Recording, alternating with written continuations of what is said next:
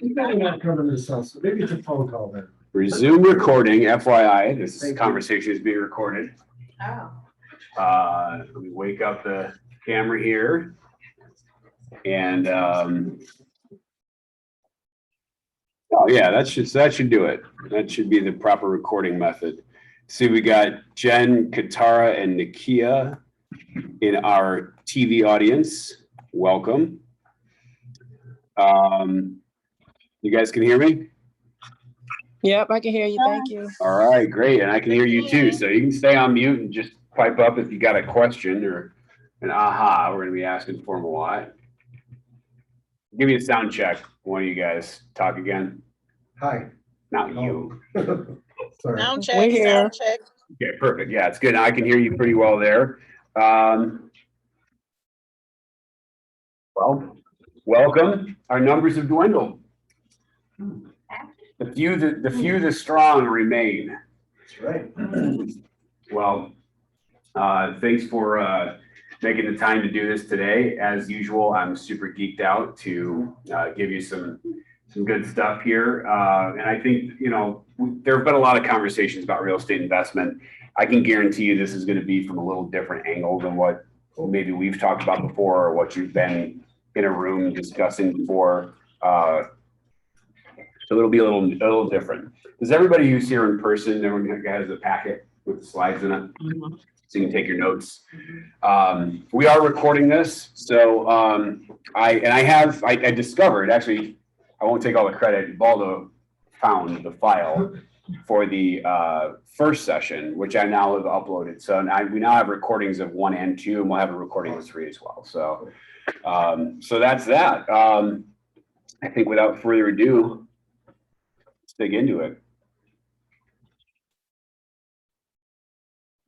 That's my cue, but I have to click on this first. Where's your shoulder thing? My sling, I'm done. I nixed the sling about 10 minutes ago? no, I stopped wearing it entirely earlier this week. Last week I stopped wearing it a lot during the day. And then I taught business planning clinic on Tuesday. And I was like, let's see how this goes. I'm not, you know, I'm out of the sling, but I'm resting it on the arm of my chair. Yeah. And I'm going to be standing all day. So I found a couple of spots where I could rest it on this table and then the podium that I was using. And it worked fine, you know, for a 7-hour class. So I'm like, I'm good. That's great. Yeah. That's Progress. progress. So look and check it out. Good turnaround. Yeah. Carefully, I got to get the neck motion going on. I actually just got back from physical therapy. Boy, my shoulder's tired. I hope somebody would get that. No, I did just get back from there, and they're starting to get rough on me. I told Val earlier, like they were real nice the first like 3 or 4 visits, and then like 2 visits before this one, it all changed. That's how they keep. So now I take Tylenol before I go. There you Yeah, Yeah. I was sweating. I'm not a sweater, but I was sweating. Clearly. Therapy. That's good. It is. All right. Yeah, full show. Well, so to start us out here, why don't we, if you're willing to share, give us a quick summary of you know, what your level of experience is with real estate investment. You've never owned property before. You've owned a lot of it. You own a lot of it. You don't own any, but you've done a lot of flips. Like, what's going on, guys? Give us no, you're on realtor time. That's all. Which means you're early, actually. Yeah, right. Actually, you are. It's 15 minutes late is realtor time. So you're technically 9 minutes early. So yeah, give us a sense. We'll start with the people in the studio audience, and then we'll go to the TV audience. Tell us about your level of experience in real estate investing so far. That'll help me cater the content a little bit. I bought a flip once and gave it back to the bank. Okay. Such a kind soul. Just a donor you are, you know. No, it had more problems. I did not know what I was doing. It had way more problems than I thought. Like there was foundation leaks and there was no box to hook up the electrical. So they wanted that was expensive. I said, you know what? It sounds like this was back in the dark ages of the crash. Was this in the crash time period? I lived in St. Louis then, so it had to be between 2005 and 2008. Stuff was just different then, man. It was so different. All right, so got a little bit under your belt there. I mean, if you want to compete on the stakes, I got you beat, but Oh, no. I know. I'm just telling you, nobody in this room or on this call can feel bad about how much they've screwed up, because I guarantee I've screwed up more than you. Looking forward to hearing. Yeah. That's the way you learn. Well, there's better ways to learn. That is one way. It's the costliest way. Jen, how about you? Well, you know what, I inherited the income property that I had. Oh, nice. So, yeah, I haven't actually bought anything. I'm actually looking right now. Good. Is that a house, a multi-unit? It's a multi-unit. How many units? It's a 2-flat with a basement apartment. Okay, we don't talk about the basement apartment. That's a Yeah, 2-flat. yeah, but it has a It's just 2-flat. So, yeah. Might be a legal 3-flat. I need to check. That's just 2-flat. Yeah. How well do you know your alderman? Well. Robin, how about you? Let's see, I've bought property over the years, multifamily properties mostly. Usually rehab them and then rent them and keep them. I lost a lot of things, during the crash. But currently the stuff is holding single family or condos. Do a little update to them though, to be able to rent them out for top dollar. Yeah. And then, also flipping, Yeah, it seems that you always have, how many projects do you typically have going at a time? 3 to 4. That's great. It's good stuff. So how many do you currently have rented right now? Rented right now, just 3. And So the first half of the class, I'll be teaching, the second half is Robin.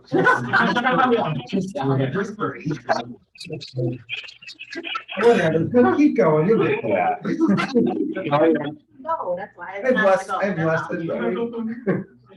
Go ahead. I have 3 less than 3. Ah. Yeah, I don't have any.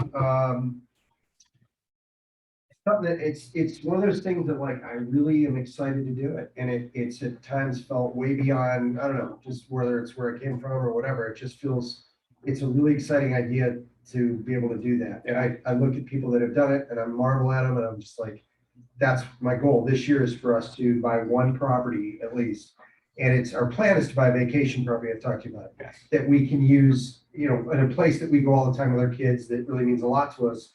And it really just the thought of, I'm very emotionally attached to the idea of being able to make money and have it be a legacy piece for my, to pass on, and that we can all go to as a family. So I'm really excited about it. We did have, like, for about a minute before the crash, we moved out of our place, moved into a place where my wife worked, and we rented out the place we had lived in to friends. And it started to go, we had problems.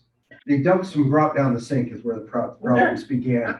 But we ended up having all these problems with them, and then it just unraveled, and we ended up losing the property, which wasn't really. Rented to friends was your first. It was Yeah, that was the absolutely. biggest mistake. Washable wipes. Mhm. Yeah, so, Washable wipes. we almost had trouble. Yeah, Washable wipes. It's always in flushable wipes. Yeah. There's no such thing. They're labeled that way. that's right. Yeah. They're not flushable. Nothing's flushable. They're not flushable. Yeah. All right. Gus, how about you? I just do flipping. We started doing it about 2 years ago. My brother and I, we were hired contractors, but then it would turn out to be not so good contractors. We took a couple of them to court, but even then we lost more money taking them to court. Then finally, my brother realized, he got his GC license and he's just doing the work now. So now we got a 3/4 flat, which we're on the contract now. My goal is to buy, kind of what he was saying, vacation property as well. And that's kind of what I've been doing maybe this year coming up. Cool. Airbnb that thing where I can. That's right. Yeah. Well, you will either be happy or disappointed to know that we are not going to talk about flipping houses today. That's the thing. This is not what we're talking about. We're talking about long-term wealth building, and the only times in this presentation we're referencing flipping is to talk about the differences and what's different about it. So that's what we're going to be focused on today. So getting it going. Now, TV audience, Jen, Ron, Nakia, if you're there and you want to chime in with your investment experience, let's hear it. You want to hear my war story? So you just want to hear, Yeah, I'll just skim the surface. just a summary of like, give us a sense of like, have you done a lot of investing? Do you hold property? Have you done a lot of flipping? Just kind of tell us a little bit about that. Yes, I do a lot of investing. As you guys know, I work with investors a lot. So it's kind of like a passion for me. I bought my first one in 2001 before I was a realtor. Ended up being a multi-unit building. Me and my mom moved in. And then from there, it became a rental for us. Before the crash, 2007, I tried my first duplex, lost it in a short sale when the market crashed. After that, 2017, I did my first flip. 2018, I went into a whole pattern and I picked up 3 more after that. So right now I have a total of 4, and I'm just holding. Cool. Very good. Jen, Ron, Katara, you out there? Hey, Alex, this is Ron. Good afternoon, Hello. everybody. What's up? Back in 2015, I bought my first single family home. So I only have 1 rental right now. I am in the market for either a 3 or a 6 flat. I guess so far I did pretty good, but my thing is to educate myself first before I go much further. And that's what I'm putting a lot of emphasis on. I work with a number of investors. One of my clients has about 9 multifamilies, and I've learned what to do and what not to do working with him. So, and it's really been a pretty good experience for me, but right now I'm looking for another, I'd like to pick up a 3 flat or a 6 unit, somewhere in that area. Well, Ron, something you said that's very wise, and I'll just paraphrase, is that it's better to learn from someone else's mistakes than your own. Yes. So I already mentioned a few minutes ago, we can do the Pepsi challenge with how many times you've screwed up and how much money you've lost, and I'm pretty confident I'm gonna win that one. So you're here, you can learn from all of my mistakes. How's that? Jen, Katara, if you're around, you want to chime in, cool. If not, that's okay. Hi, this is Katara. I'm actually here to learn. I'm here to learn. I don't have an investment property other than the house I own, but I'm just a fly on the wall right now. All right, great. And I would say same. I actually just bought my first home that I live in. Yeah, that wasn't too long ago. Yeah. Yeah. So, but I mean, ultimately, I do have a goal of picking up a few multi-units. My thought process is to have something for each of my children. And really, the twins will be going into high school, so I'm like, okay, I really need to get going. At You need to least get for them a duplex. Yeah, something. So yeah, I'm here to learn.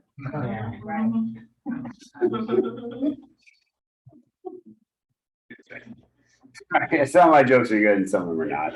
I'm used to it if nobody laughs, by the way. So Mine are all good, so I don't really. I try out all my material on my wife, and nothing really makes it out of there. I have one more. Yeah. The first house I bought when I was 22, I did end up renting that out Section 8. Okay. I had moved to follow some man, but I did marry him, so.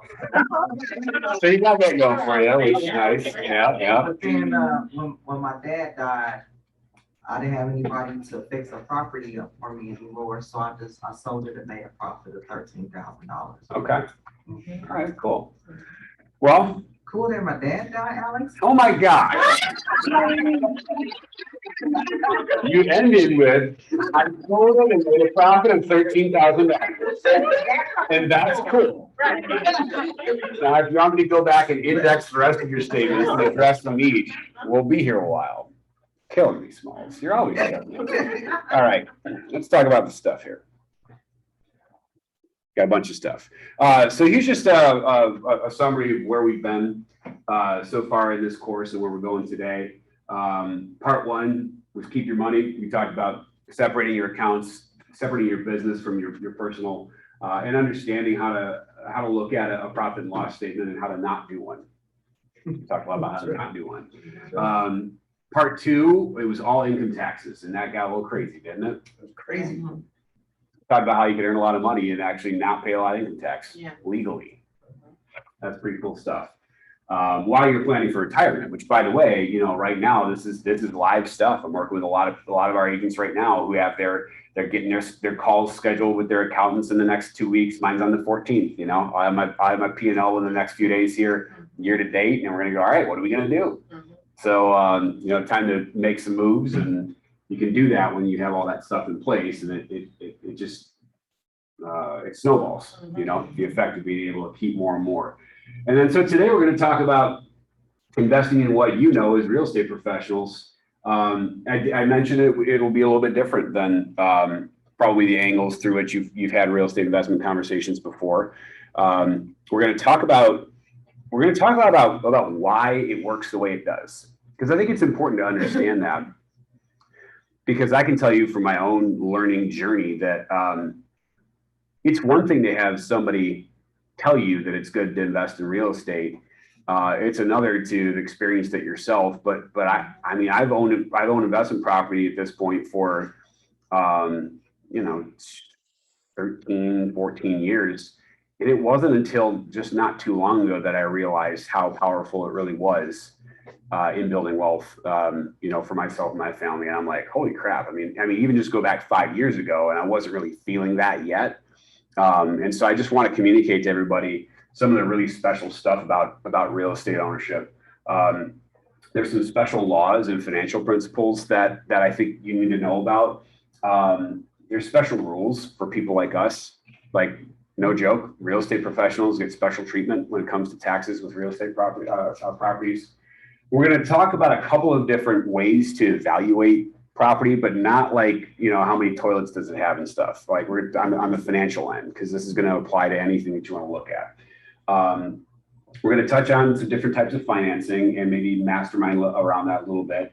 And then we'll close it out with kind of, you know, a short version of what we did. There was a webinar a while back that I did where I talked a lot about my story and all of the things that I screwed up and all of the, I mean, I didn't even get into all, but because that would be like a 2-day class in and of itself, like no exaggeration. And but we're going to touch on that. And I put together a little case study of how I had some ugly stuff going on that later on turned quite nice. So so that's what we're going to cover today. Sound good? Yep. All right.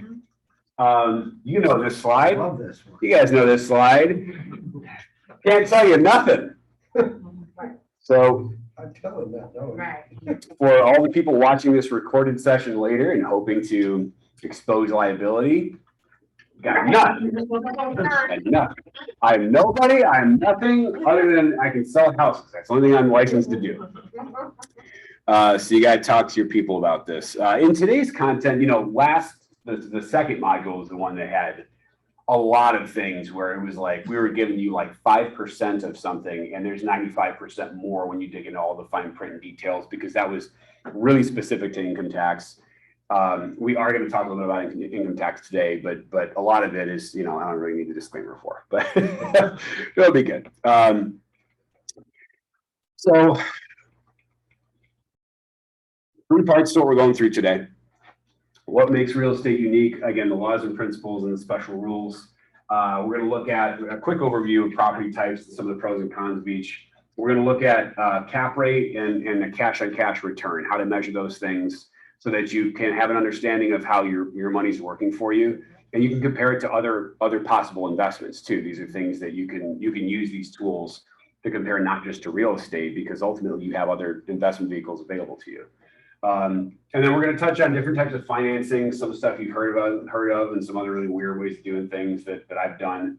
And then we'll close it up. So that's today. I mentioned this a couple minutes ago. I think there's really 3 ways, by the way. I think I did this slide, so it's out of order. Sorry. When I don't do the slides, they're right. When I do them, they're not right. But there's 3 ways I was thinking a lot about, you know, what we're going to talk about today. And I think there's 3 ways that someone can internalize a belief. One is you can hear it from someone. Someone can tell you, don't touch the stove. Now, Kelly, I'll ask you, how well does that work? Oh, for me, not very well. Yeah, how well does somebody internalize a belief when someone just tells them? Like, for example, you should invest in real estate. Great. I mean, okay. Yeah. And you can even hear it 1,000 times, you might do it, but if it's hard or you're scared, that's not enough to really Right. power you through, right? The second is for you to witness it secondhand, for you to see it happen. And I would liken this to seeing someone touch a stove. Now it's a little bit more powerful because like you can see that they're in pain, you can see how fast it moved off, you can see that the injury like that. You're seeing it, and so that's better. You've got an understanding of what that experience is, and it's still removed. It's still not. You don't know what it really feels like. And the last is for you to experience it yourself, and that's when you touch the stuff, right? And this is the thing that is going to give you a full understanding and is most likely to guide your future decisions. And so with that, my goal today, I can't give this part to you, right? And I was just telling you how long I owned real estate before I even realized what the experience was. So my hope today is to give you enough of this number 2 here. That could be taken out of context. You always give a lot of numbers here. My goal today is to give you enough of the witnessing, and so that you'll have a little bit more of a belief of how powerful of an investment vehicle this is, especially given that you were in the business. So that's kind of my goal for today. We're going to talk first about what makes real estate unique. There's 4 things that I think really set it apart from other investment possibilities. And that's stability, the ability to leverage it in a way that you can do that. Triple earnings, I just made that word up, but there's your money's working for you in multiple ways, in ways that it often doesn't with other investments. And there is special income tax treatment. You know, we talked about this in module 2. Income tax code is like, what is it like? You know, it's like 2,000 pages or 50,000. It's some absurd, you know, and all it is just laws that are made by the people that make laws. And if you were the person who got to make laws, you'd make laws so that you could do the things you want and it costs you less money, right? Well, the people who make laws like to own real estate, and so they made a bunch of weird laws that otherwise would seem illegal, but they're not. And That's right. but the ones that they can't do is they can't say these laws are only for us, so they have to make them for everybody, and so therefore we can use them too. So, and that's how a kid who grew up with a single mom who almost lost the house, who didn't know somebody who had investment property, let alone think of that in itself. It is here teaching this content to you today because this stuff is available to everybody. So stability. The really cool thing about real estate is the value never goes to 0. You realize that happens with other stuff, right? Yeah. Or it goes up, it goes down, but it never goes to 0. And that's a pretty cool thing because there's always some value there. The market cycles are long, usually 7 to 10 years up, and then maybe 3 to 4 years of a softer market cycle or a correction. So it's not a game that you have to be nimble and, you want to play the stock market, you can lose thousands in moments. And you think about the risk involved in that, and you just don't have that in real estate. It moves really slow, which gives you more time to make decisions in the moments when you need to. The corrections are slower and smaller than in equities. In the Great Recession, I got these numbers from the St. Louis Fed. Nationwide, now we took it harder here, but the nationwide median home value lost 19% over the course of 2 years. The stock market's lost that in 2 days before on multiple occasions. In that same event, it lost 54%. Real estate's never lost 54%. And the time it lost the most, it took it 2 freaking years.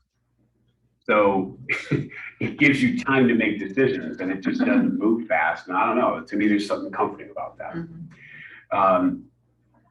You also have a lot of different uses for it, especially now that the whole short-term rental thing has come into play. You can hold it and rent it to long-term tenants, short-term tenants. You could use it. I think Kelly, you mentioned you moved out of a property. You could. Well, listen, if you own your home and you own an investment property, at some point you can sell the home, move into the investment property. You can't do that with bonds. You can't live in your bonds.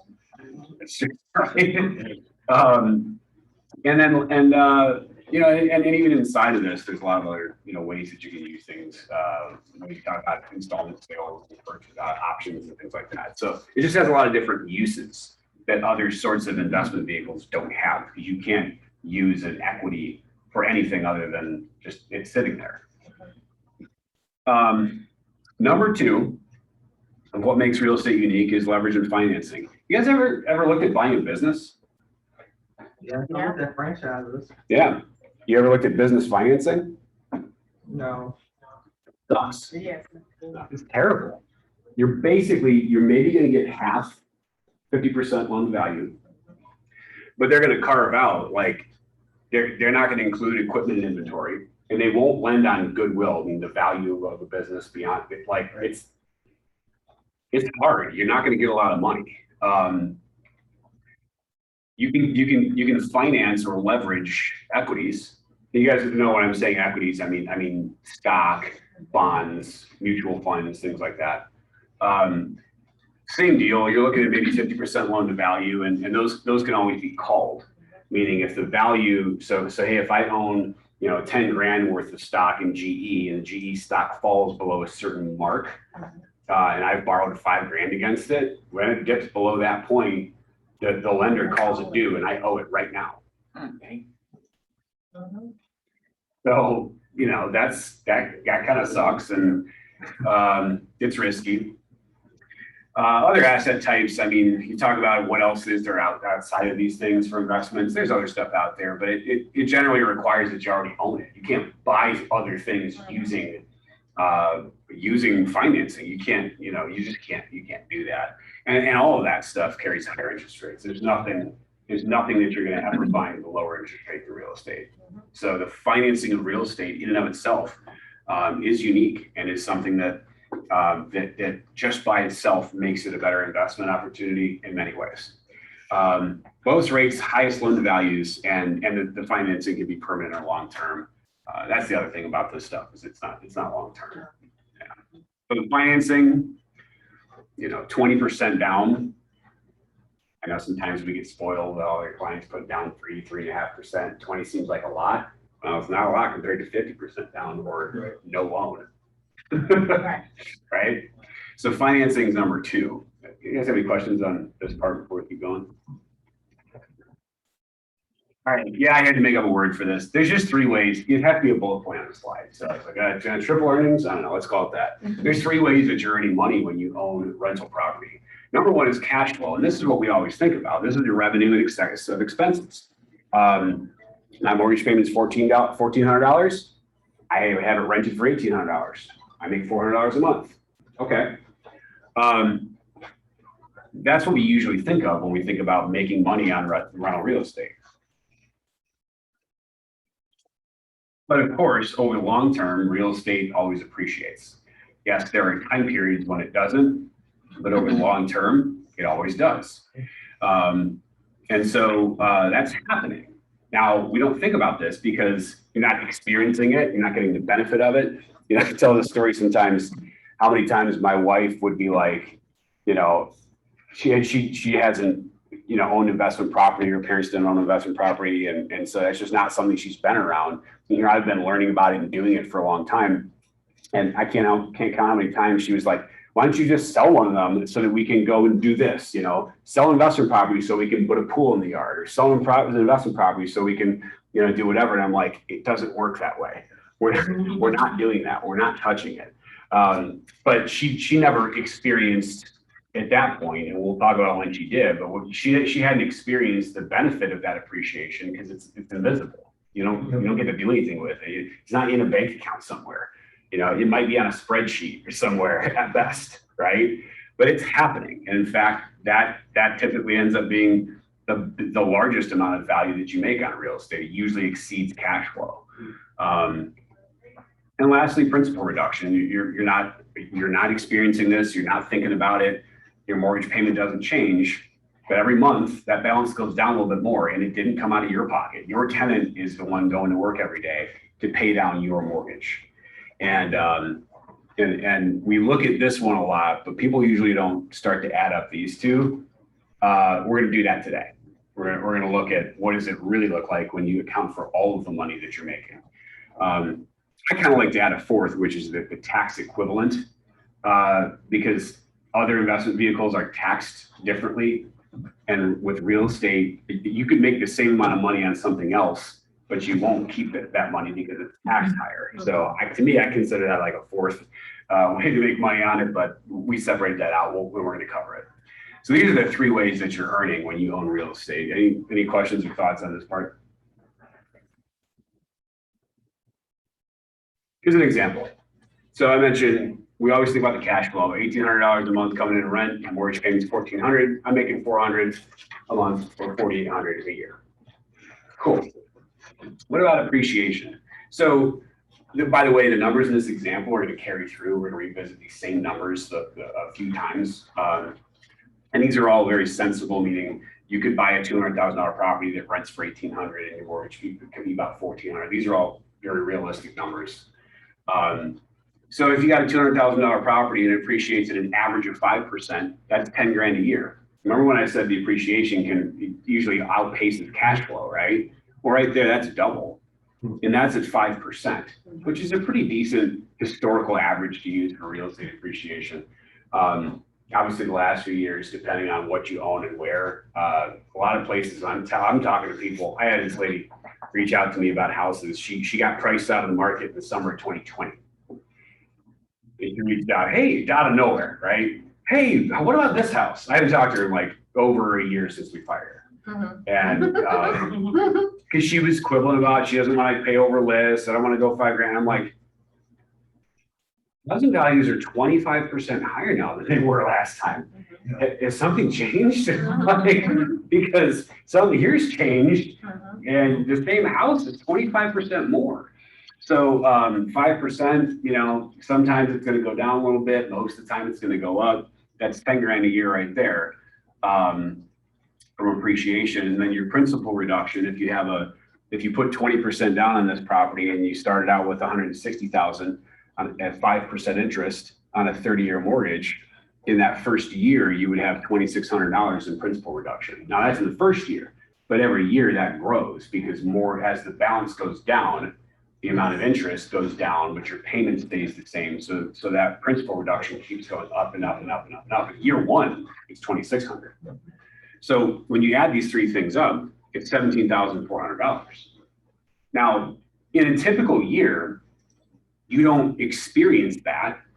All you experience is this, and that doesn't even account for other expenses. You had to fix the furnace, you had to, you know, whatever, right? If you had turnover is the number one costliest thing.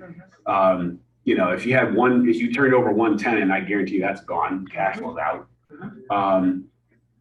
So it looks like you didn't make any money. It feels like you didn't make any money, but you actually did. Right.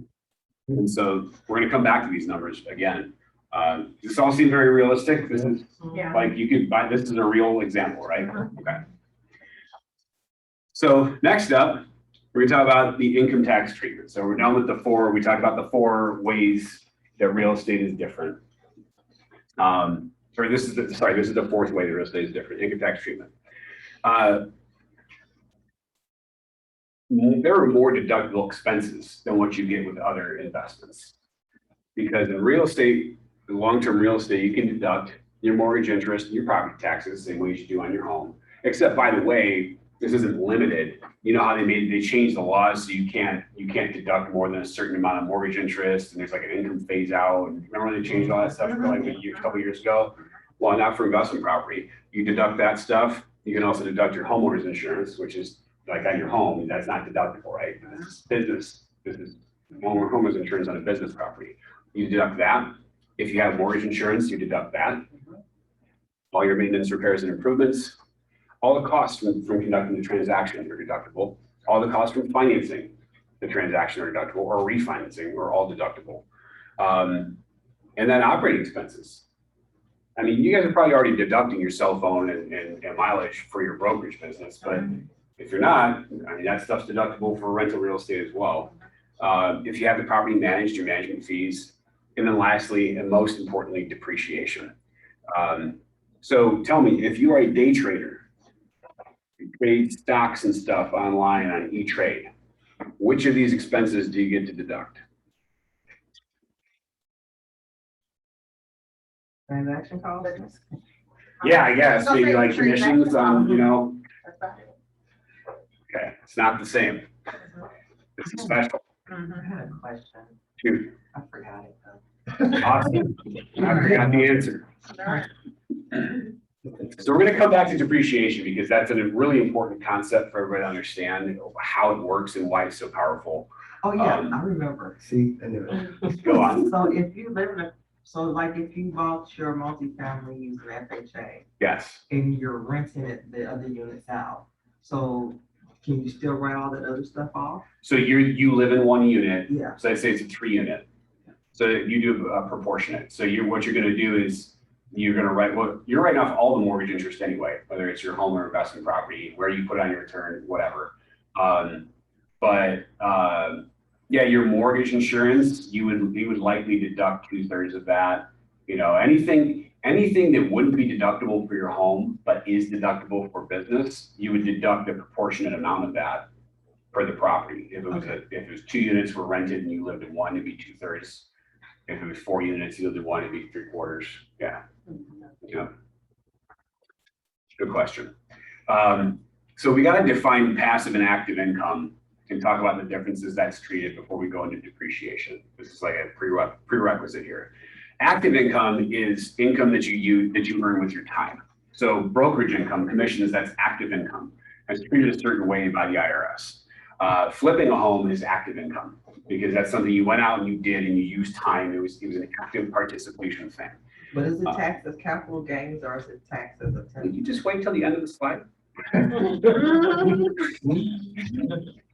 Active income is first and foremost, it's subject to self-employment tax. We talked about a lot about that in module 2. Now, if you have an S corp, then you can defray a lot of that, though you're still going to have some FICA, you're still going to have to pay yourself a salary and so on and so forth. But one way or another, you're going to have self-employment tax or FICA on that active income from the flip. And then you're going to have ordinary income tax on that, whatever your income tax rate is. You know, clearing 20 grand off of a flip is the same as a $20,000 commission. That income is all treated the same and taxed at that rate. So here would be an example. If you flip a house, you net 30 grand. If you don't have any other kind of a business entity where you're defraying some of that, you're going to have to end up paying 15.3% self-employment tax. And after that, you're going to have to pay, I put in 30% if you have maybe 25% federal, 5% state, another 30% in federal and state income tax. So you thought you made 30, but you only made 17. Now, that's if you make 30. Robin, you always make 30? At a minimum, yes. Ooh.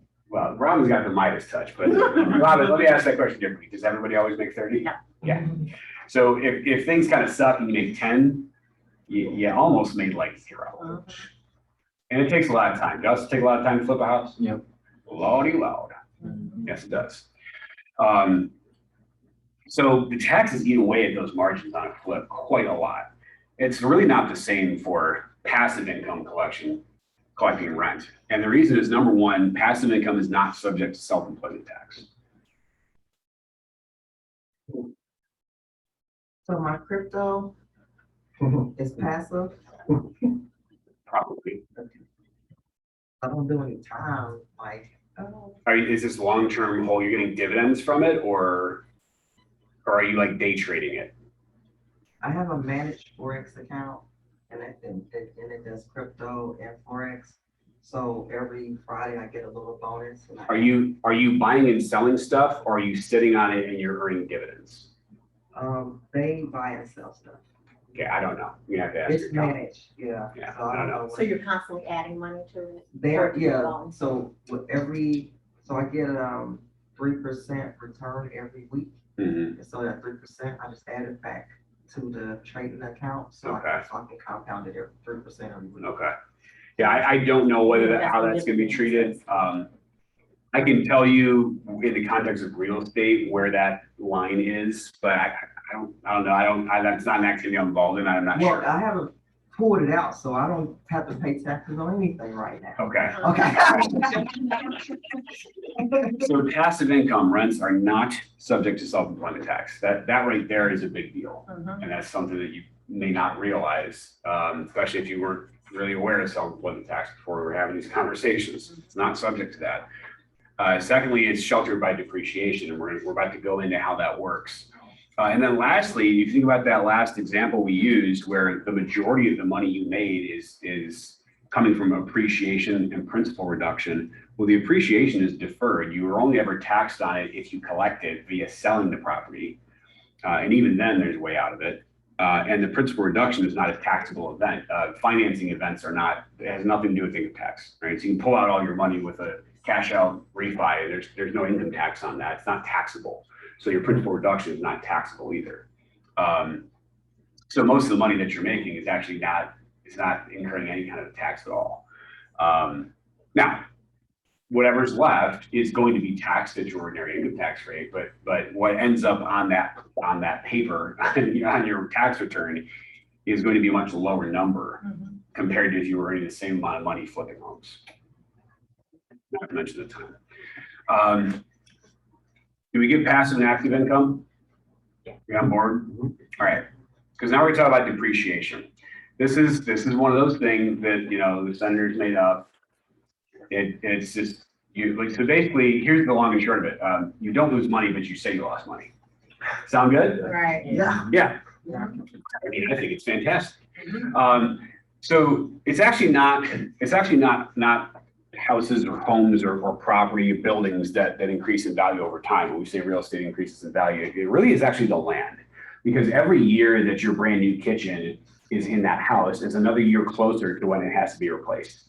Every year that your home is standing is another year closer to when it's going to need to be torn down, because it doesn't last forever. The only thing that lasts forever is the land. So the land appreciates, materials don't. Materials depreciate. They lose value because they're getting closer to needing to be replaced.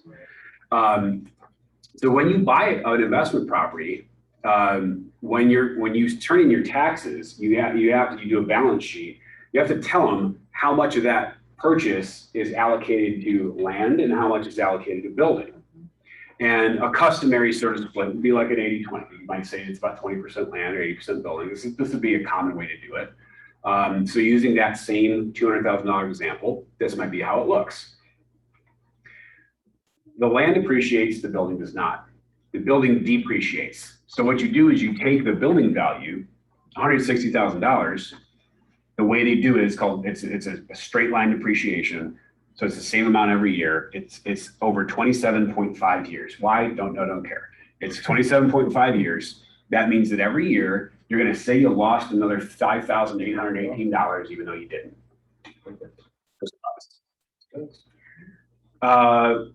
When you eventually go to sell the property, now every year you're depreciating it and you're lowering your tax basis in that property. And if you sell the property, you're going to need to recapture that depreciation. You need to pay taxes on it then, but there's a loophole for that, of course. So there's just a little star on that. But yeah, you get to write off another $1,500 a year.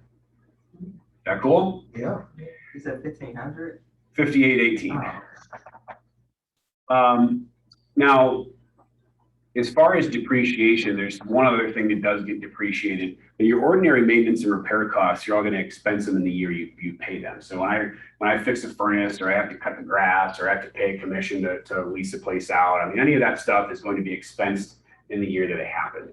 If you make a capital improvement, you put an addition on the property, depending on who your accountant is, if you put a new roof on or something, a capital improvement like that, some of those are added to your basis, and then they get rolled into that depreciation. Instead of being expensed in the current year. It depends. You got to ask your accountant. But depreciation here is a key concept, and we're going to go into an example of why. So remember our old friend, the $1,800 a month rent. Yes. That's when you have a rental property. Then you're reporting income, that's your gross income on the property, is your rent. $1,800, 12 months, it's $21,600 in revenue. Remember, you're not taxed on depreciation, you're not taxed on principal reduction. So that stuff doesn't go anywhere, it goes on your balance sheet and that's it. here are your deductions. And I ran these numbers out, okay? I used a mortgage calculator to get the interest and all that stuff. You would have on this example, 20% down, $200,000 property, $160,000 mortgage, 5% interest, 30-year AM. You would have paid $77.33 in mortgage interest. I estimated about $6,000 in property taxes for a home of this type and this size. It's about $900 in mortgage and homeowners insurance. I threw in $600 of operating expenses. I'm not accounting for repairs at this point. It's obviously such a wild card. You have no idea. Add in the 15 and 18 in depreciation, and all your deductions total up to $21,051. So you only. Well, hang on. Right. Almost zero in there, right? Right. My net taxable income is $549. But how much money did I actually make? 21.6. Well, that was my gross. I mean, a lot of this was real money I paid out, right? Yeah. This was not. I didn't pay that to anybody. I kept that. I told them I lost money, but I didn't. So my actual money, I really made over $6,000, but I'm only taxed on $549. Oh, but remember there's depreciation. Remember the property value went up 10 grand? Yeah. Remember the principal reduction, $2,600? I'm not taxing any of that either. Which in your pockets, you got $500 a month, which is good, because that's cash, Yeah. that's positive cash flow. Your total return was $17,400.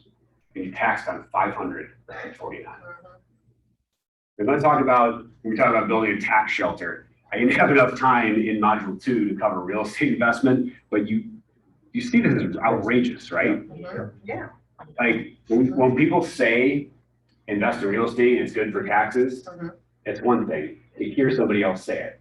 But what I'm wanting to do is to have you witness how the math really works and why in most years I get money back on my taxes.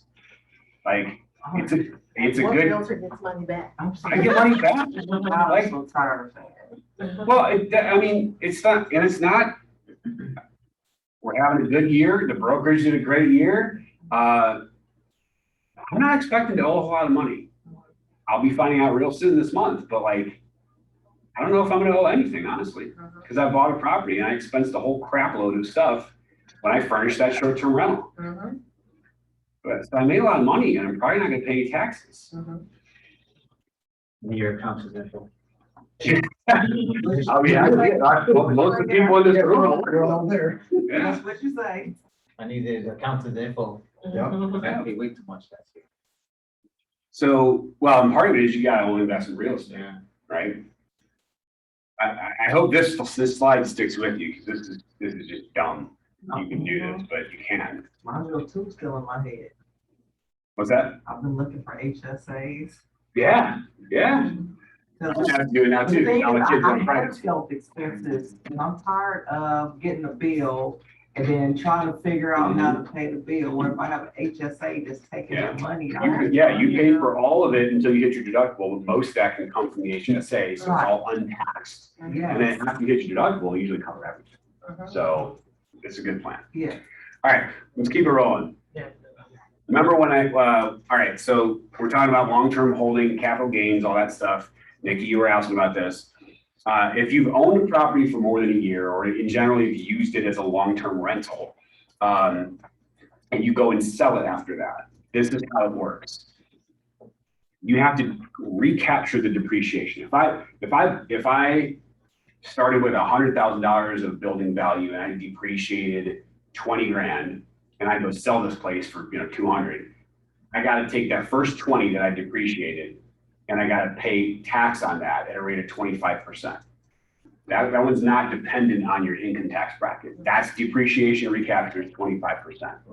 So that first 20 grand depreciation recapture, I'm paying 25% income tax on that. And then on the rest of it, remember I said 100 to 200, that other 100, I'm going to pay the long-term capital gain tax. And that is dependent on your income tax bracket. If you're married filing jointly, if your adjusted gross income is up to $80,800, that tax rate is 0. What? Okay, that's not what ours is. Ours would be 15%. 80 to 501 $80,801 to $501,600 adjusted gross income. That's a 15% tax rate. Still fantastic. Still fantastic. Yeah. I like the zero too. That's better than the 37%. Now remember, that's adjusted gross income. Right. So, I mean, you could be, Adjusted growth. yeah, oh yeah, you could be running $200,000-300,000. Yeah. And then you've got all your business deductions, you've got your standard deduction, you've Right. got, maybe your other rental property deductions. So my husband, he makes a pretty good. You're like,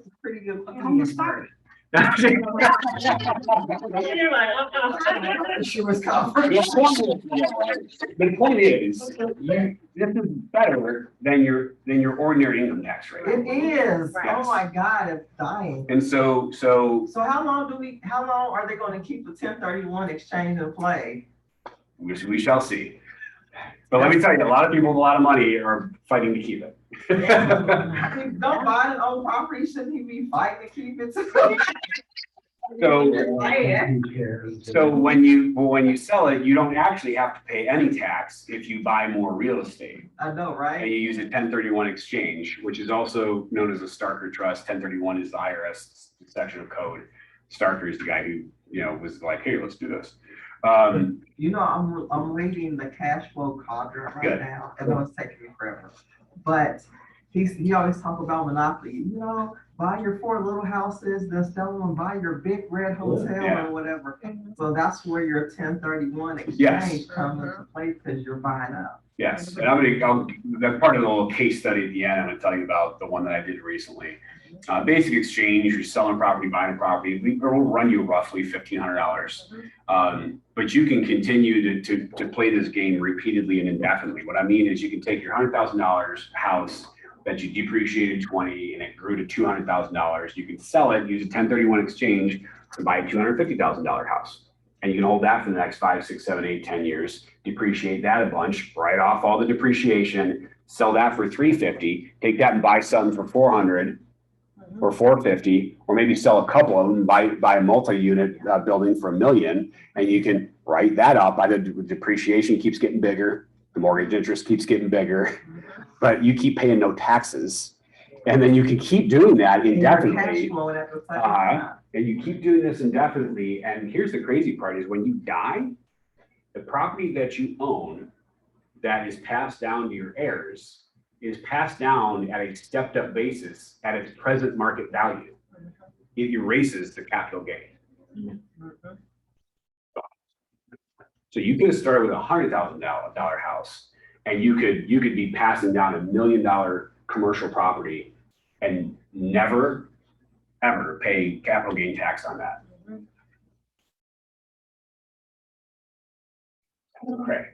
Great stuff right there. Something that a lot of wealthy people do is they do not pass their property to their children, they pass it to their grandchildren. Yeah. Because every time you pass stuff down, then you're running the risk of, inheritance tax and gift tax and, all these state taxes and doubling up on all of that. They skip a generation and go to the younger people. So just something to keep in mind. But What if it's in a trust and they're already beneficiary of the trust? It doesn't matter. It's what you're talking about in terms of capital gain tax. I'm talking. Nobody's paying capital gain tax on I'm inherited talking real about- estate. Yeah, if you die. It doesn't matter if the property's in a trust or if it's not in a trust. It's inherited at a stepped up basis. But if it's in a trust with them as beneficiaries, they don't have to do anything, do they? Yeah, I know, you gotta ask somebody about that. Oh, yeah, that is a legal question. I don't know about Sorry. I mean, I know, like, Do you have a disclaimer? you got, it's a trust and then they become the beneficiaries of the trust and there's all these other rules and stuff, like, I don't know. What I'm telling you is that nobody's paying capital gain tax on that real estate, period. And it doesn't matter if it's in a trust. Sure, look, I don't like my grandkids. So that's cool. Any questions on the 1031 exchange? This is of course just an overview of it, but do you guys understand why that's powerful? Yeah. The catch of the 1031 is you have to be buying up, right? You have to be increasing the value. You have to be increasing the debt. You can't go downwards with it. So, but that's pretty cool. I've done this. Yeah. So now let's talk about the special rules for us. That's right. Can we get a pee break? No. It's a 2-hour class. You gotta pee before you come in. We're gonna talk about the passive activity loss rule, and then we're gonna talk about how insider trading is perfectly legal for us. Passive activity loss rule, I first have to tell you what that is. When you have passive activities, which could include real estate or other stuff, passive activities, and that results in a taxable loss, normal people cannot take that loss and deduct it against their other ordinary income from their job or whatever. What you have to do with that is you have to take that loss and put it over here on the side and do what's called a loss carry forward. And then the next year, if you have a passive gain, you can use the passive loss to deduct against the passive gain to zero it out. Oh, that's what that section is. Yeah, but you can't deduct it against your active income. There is, under certain circumstances, you may be able to deduct up to 25,000 against your active income. There's a lot of boxes you got to check with that, and there's an income phase out. So a lot of people don't fit that or the criteria for that. So what I'm saying is that in the end, most people can't deduct passive losses against their active income. You can. Not all that confusion. I know, right? Well, you have to understand, this is a special rule. Okay. This is a special rule. You can do that. And literally nobody else can do that. I do taxes, so So why you see that? here's the exception. You have to be a real estate professional. And that means you have to satisfy these two definitions. Number one, and this is copy and pasted from IRS code. More than half of the personal services you performed in all trades or businesses were performed in real property trades or businesses. And number two, that you perform more than 750 hours of services relating to that. You satisfy those, you're like, which week? Yeah, so if you can answer yes to both of these, then you qualify as a real estate professional. The passive losses are treated as active. Wow. And so you can deduct unlimited losses and there is no income phase out. That's like 62 hours a month. Right, it's an easy definition to me. Right. Some senator had a friend who was a real estate agent. Right. I mean, Right. Hey, this is it. So that's it. All of you in this room with rental property could deduct an unlimited number of passive losses against your active income with no income phase out. I might be using this year. Like, again, I spent a lot of money on the short-term rental furnishing and everything. I'm going to deduct a lot of money on that. And that may more than zero out. I would have to imagine it'll more than zero out. I'll have a passive activity loss. And I'm going to take that against my active income. I don't have to carry it forward. You won't next year. What if I buy another one? What if I just keep doing it? You're exhausted. You want to see all the details of it? That's where it is. IRS publication 925. You guys have questions about that? No, Sounds real Kelly nice. does. I don't. So last in this section is your legal insider trading. Here's the definition of insider trading. The trading of a public company's stock or other securities based on material, non-public information about the company. It is illegal and it is super duper bad. You guys have seen the news about people getting busted for insider trading, and it is no joke. But You storm the Capitol, We but you trade don't as long get over it. as long as you do it right, you can do insider trading. So number one, you're already prospecting and marketing for Oh, seller wait till leads. Tuesday. We can be on- So you have insider information before anything becomes available. And if done a certain way, you can use it, and it's not shady, it's not unethical, it's not illegal, it's none of the above. Here's my recommendation. Follow the code of ethics, follow the license law, and disclose your license status, disclose your intentions, and always tell somebody if the property is actually worth more. If you do that, Robin, our compliance broker, that's all you gotta do, right? Yes, and this year is your renewal year for code of ethics. That's Gotta be right. done by So get your December code of ethics 31st. So I did pay for my class. if you guys do this stuff, you can insider trade all you want. Now, what do I mean by insider trade? I mean, buy property that you generate the lead for. So number one, every listing appointment you go on, consider whether you should buy it. We've said this a lot. I'm gonna keep saying it a lot. December 16th. This was really funny. when I was looking for investment property this past summer, there was a night, it was an evening.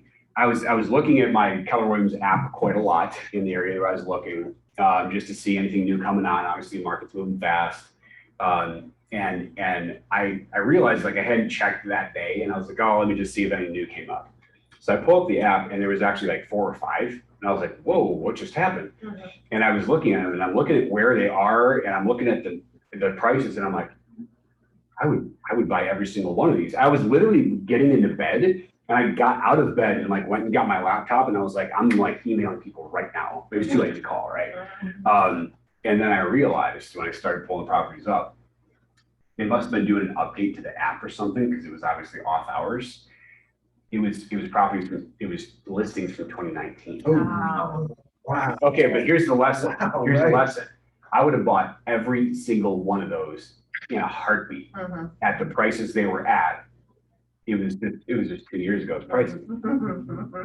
So think about all the listing appointments you went on in 2019. Yeah. Think about what you sold those properties for. Yeah. Looking back, should you maybe bought one Yeah, or maybe more than one? more than one, yeah. Oh, yeah. Well, you don't have to keep not doing that. Don't keep not doing that, is what I think you're saying. Yeah, you look back and you go, think about, I just said 2019, that was 2 years ago. You want to talk about 10 years ago? You talk about the listings that you sold 10 years ago, when prices now are probably like double what they Like, were. You could find a house for 90,000 or something like with $90,000 people. You're like, oh, okay, let's go. The find nationwide median home value at this point, I think it's darn near $400,000. Like, you guys realize it was like 200. So think about whether you should be buying it. Now, here's what to follow. Number one, win-win or no deal. It has to be a good deal for the seller. And I don't necessarily mean in price, okay? Not every seller wants the highest price. Like, you guys realize some sellers are like, I don't care how much I get, I just need this gone. Yep. Yeah. I don't want to deal with it. I don't want showings. I don't want to have to deal with inspections.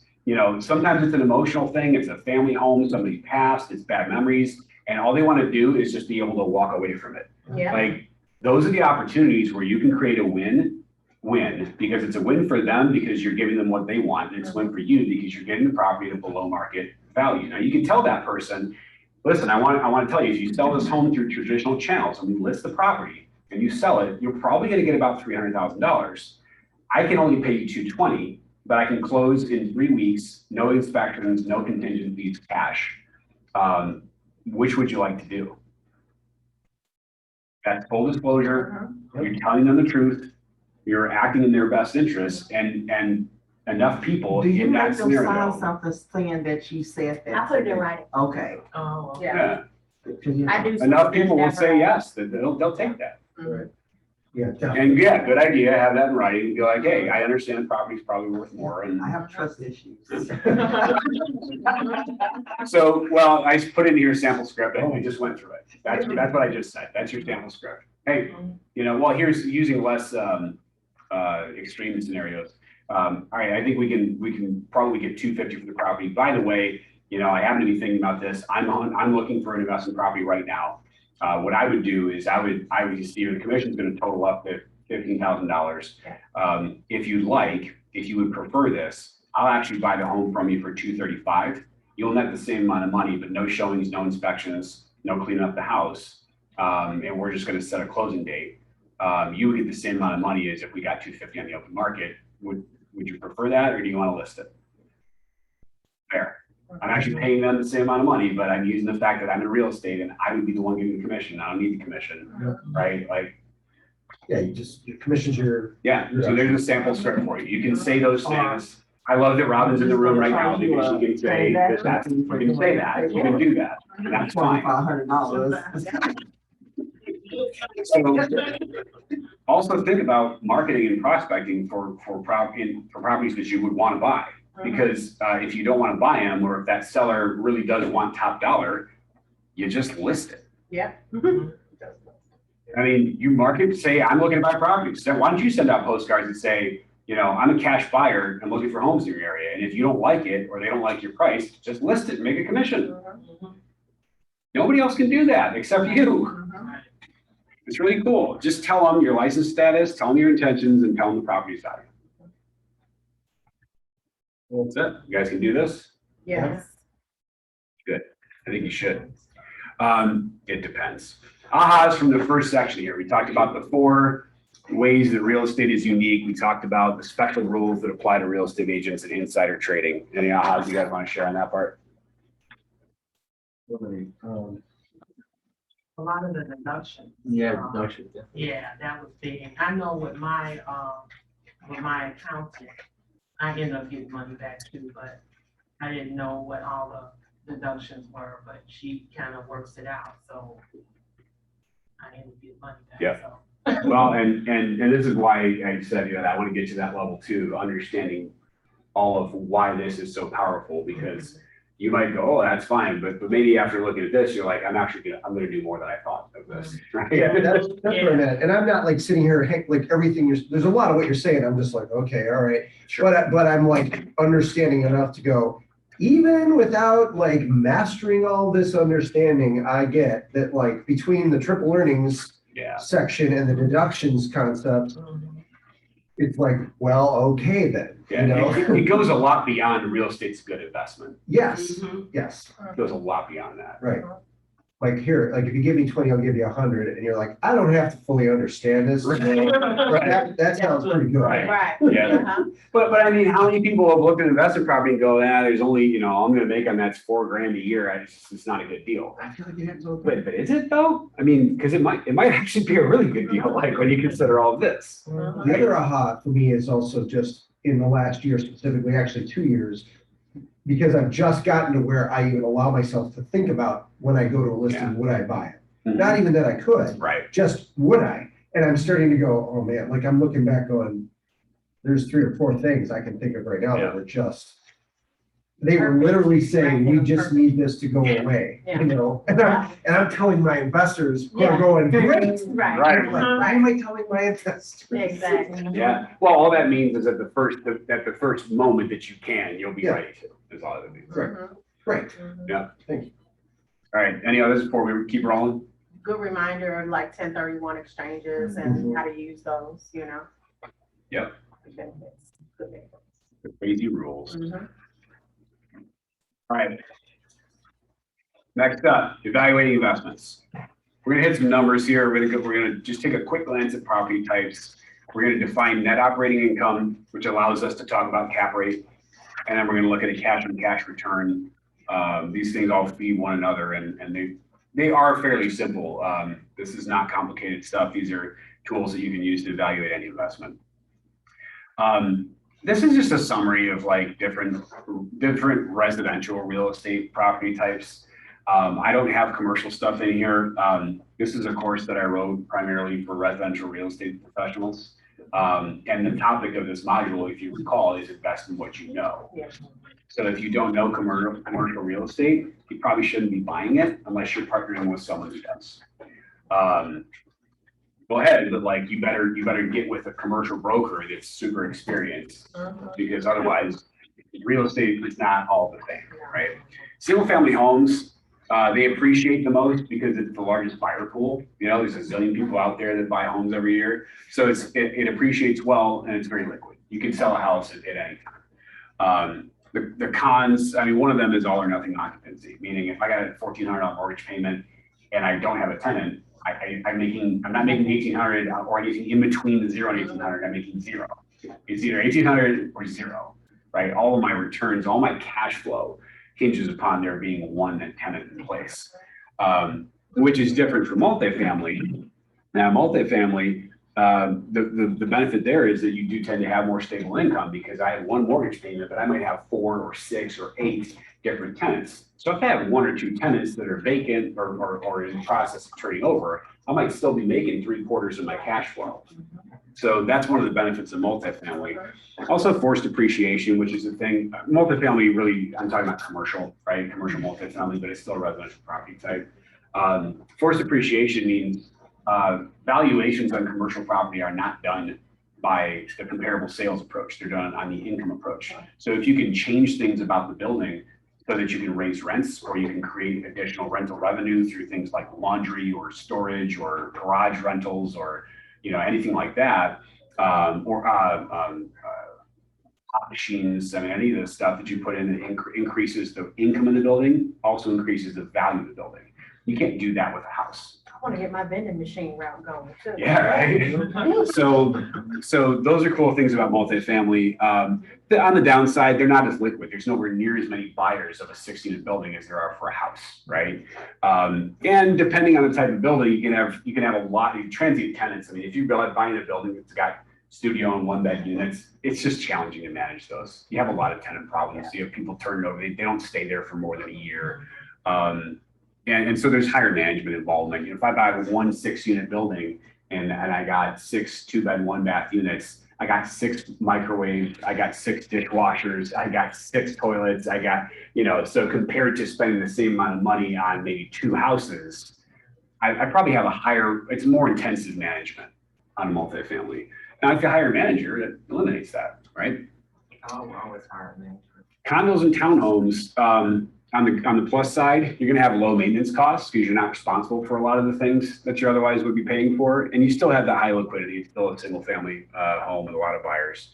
The association dues and restrictions are, to me, a major issue. They are. Yes. Because you've got somebody, 6% of our building. yeah, you've got somebody that can tell you what you can do and not do with your place, and it's not you, and you can't stop it. And, you know, you said you have trust issues. I think I do too. And I saw a lot of stuff. And don't, Well, they can change it. and don't Yeah. forget about the assessments. Sometimes they tackle, let's buy a Right. new roof. Yeah, special assessments. Here's actually $300 a month. That can destroy your cash flow or erase it.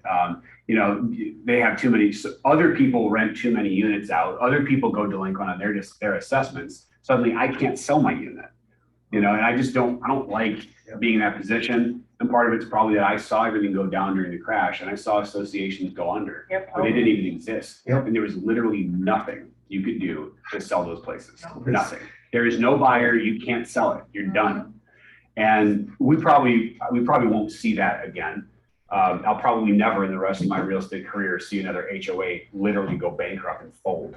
But I did see it happen, and I saw enough of the rule changes and stuff that I'm like, that's a big downside to me. It is. Land, Even if you live there, there's Right. still a. yeah. Yeah, You wanna know this?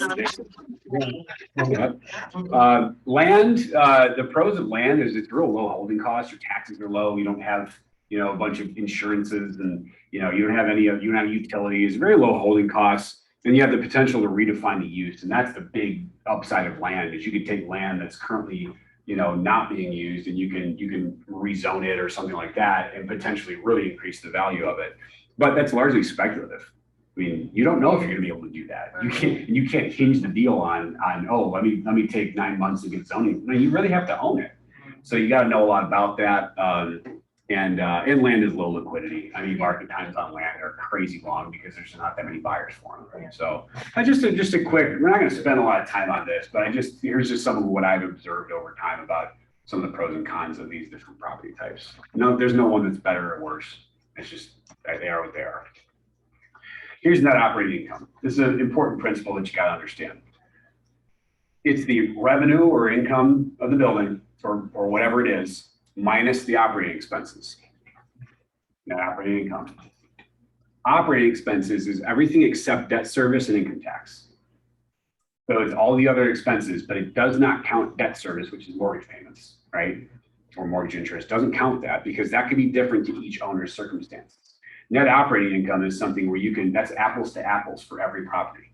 The net operating income of every building is measured the same way. And debt service is different for everybody.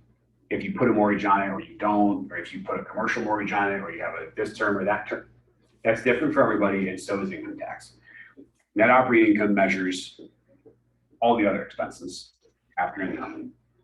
And it's expressed annually. So, you know, that net operating, the NOI in this building is $35,000 a year.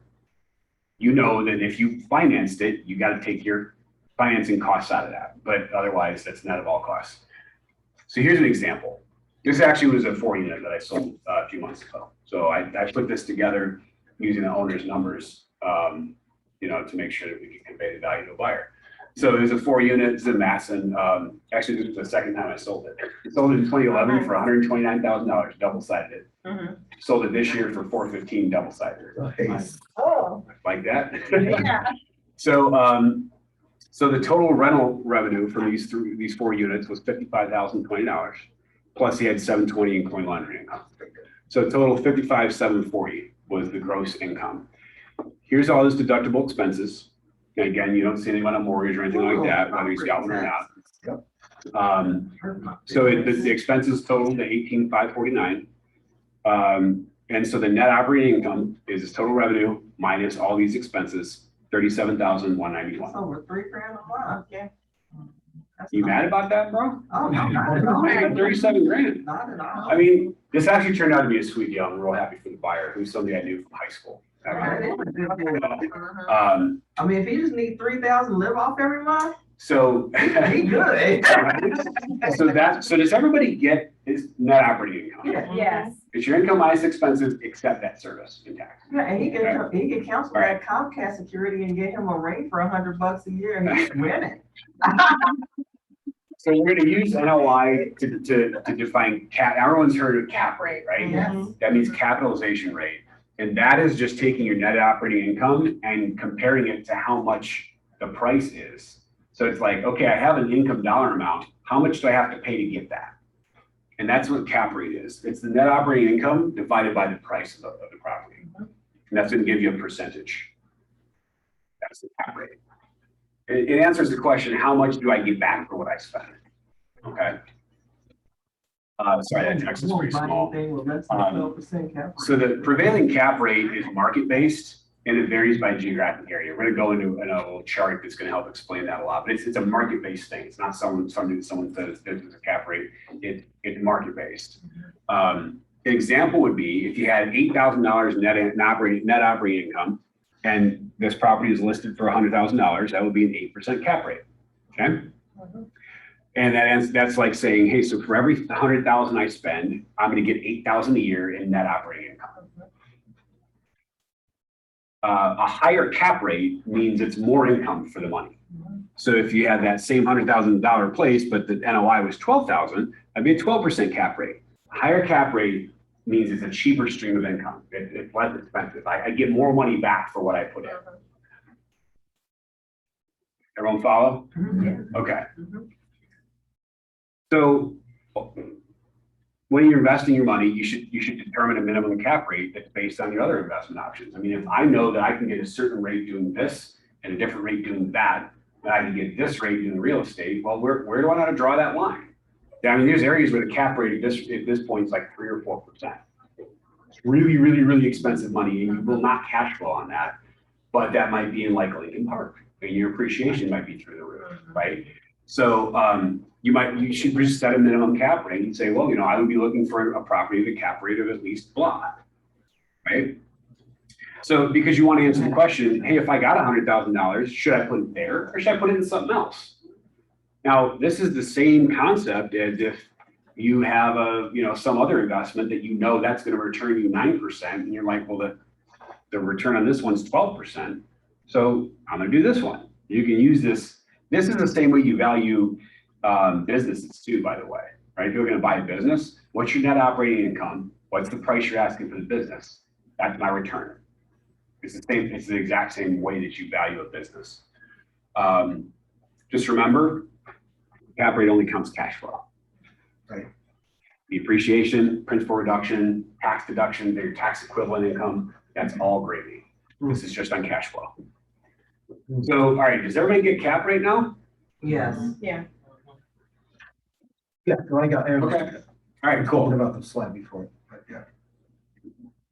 Slide before, what did you get in there? Well, I think, I don't want to ask a super obvious question that you guys all get, but like, so you're looking at this and that shows you your net operating income. I didn't show you the price yet. Okay. Is that No, I was more like, where does the debt service come into your calculations, but we're going to go there. got it. We are going to go there. So here's that same example, but I just added a little bit more information to it. I added the fact that this building was being listed for $415,000, which that was actually the highest price by far of any of these 4 units in that whole area. There's a bunch of them right there, since like 15 years ago, right? It was wild. And when the dude first told me that's what he wanted, I was like, you're out of your mind. I got the numbers from him and I'm like, you know, so the net operating income is here. The list price was 415. Remember the formula, net operating income divided by price is going to give you a percentage number. It was 9% right on the head. Actually not a bad cap rate. So very, very well. He's updated everything in the building. The tenants keep the places immaculate, 9% cap. It's a good deal. That's how we sold this place. The buyers, he's never bought an investment property before, but I could confidently tell him this is a great buy because you look around, you're not going to get a 9% cap on a building like this. Especially you don't have to come in and do anything. Right. So I was now it really what happened was it appraised for less, quite a bit less because it's a 4 unit. So it's not valued using the income approach. And I told him this would probably happen. It's valued using the sales comparison approach, and there were no sales. So this only appraised for like 370 or something. It was like, yeah, we fought them. They didn't care, and they split it. Buyer and seller split it down the middle. And even with all the extra money he brought, it was still a good deal. And it was still by far, for the seller, it was still by far the highest price of any building like it in more than a decade. They both won, and I won the most.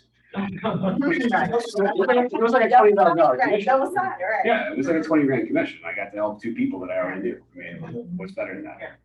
So there you go. Here's how cap rate how you can take a look at that. We're going to go into, when you talk about financing, then you need to start talking about cash on cash return. Okay, and that's different. So we're going to go there. That's right after these couple of slides. Cap rate is a spectrum, and it's and what makes it that way is that rents don't fluctuate as much as values. When you move from area to area, think about this. If I go to the lowest price area around, I don't know, let me go to like Harvey and buy like a $10,000 house, which you probably can't even get them there anymore for 10 grand. You used to be able to get, even a long time after the crash, you could get houses in Harvey for 10 grand. So true testimony with that. I had an investor, he called his, I think I told the story, he called himself Sanford and Son of the Ghetto. He bought everything that was 10 or 15,000. Yeah. He combed through Harvey. Yeah. Every single thing. I just sold one, 147. Yeah. Another one on the market now. He's like, I'll just give it away for 55,000. I've made 30,000 in rent income. Just let it go. Right. I'm not doing anything. Yeah. And that was as is. But Yeah. he's made hand over fist, and he hit it as soon as the market crashed. For a good straight 10 years, he's been on a constant run. Yep. Every house rents for of- at least 1,200. That's a lot of money. So, right. So this is where I'm going with that, is that you could buy a house for 10 grand and rent it out for, let's say, $1,000 a month, right? Buy for 10 and rent for 1,000. I mean, that's wild because it's so much of the purchase price, right? But let's say I go to a higher value area, not much, but let's say I go to an area where the price of that same home would be 100,000. That's 10 times more, right? Was that Hazelcrest? Well, sure. So I multiplied the value times 10. So that means I can multiply the rent by 10. I can rent that for 10 grand a month, right? No, you cannot. No, I would get like 1,100, 1,100, yeah. right? So this is called price flexibility. Values are way more flexible than rents. So this is like, I bought it for 10 grand and I rent it for 1,000. And this is like, I bought it for $1 million and I rent it for 10,000. Not 100,000, like 10,000, right? So this is why this is cap rate visualized. And so in an area like this is an area where you have low values. You have low values and high rents, which means a high cap rate. Now in areas like that, you might even be looking at 15, 16%. You go to Calumet Park right now, Riverdale, you might get a 16, 18% cap rate. Yeah. It's gonna be a hard area to manage. You have problems with tenants and stuff, but you're gonna have really high cash flow.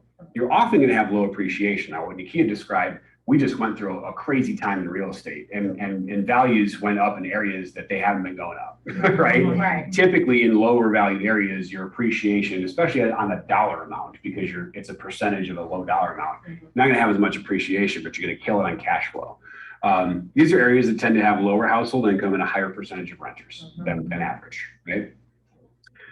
Over here, it's just all the opposite. These are areas with high values and low rents, which means a low cap rate. Real popular areas that are really developed and stuff. And you want to go buy a 4-unit in Orland Park, people would be looking at a 5 or 6% cap.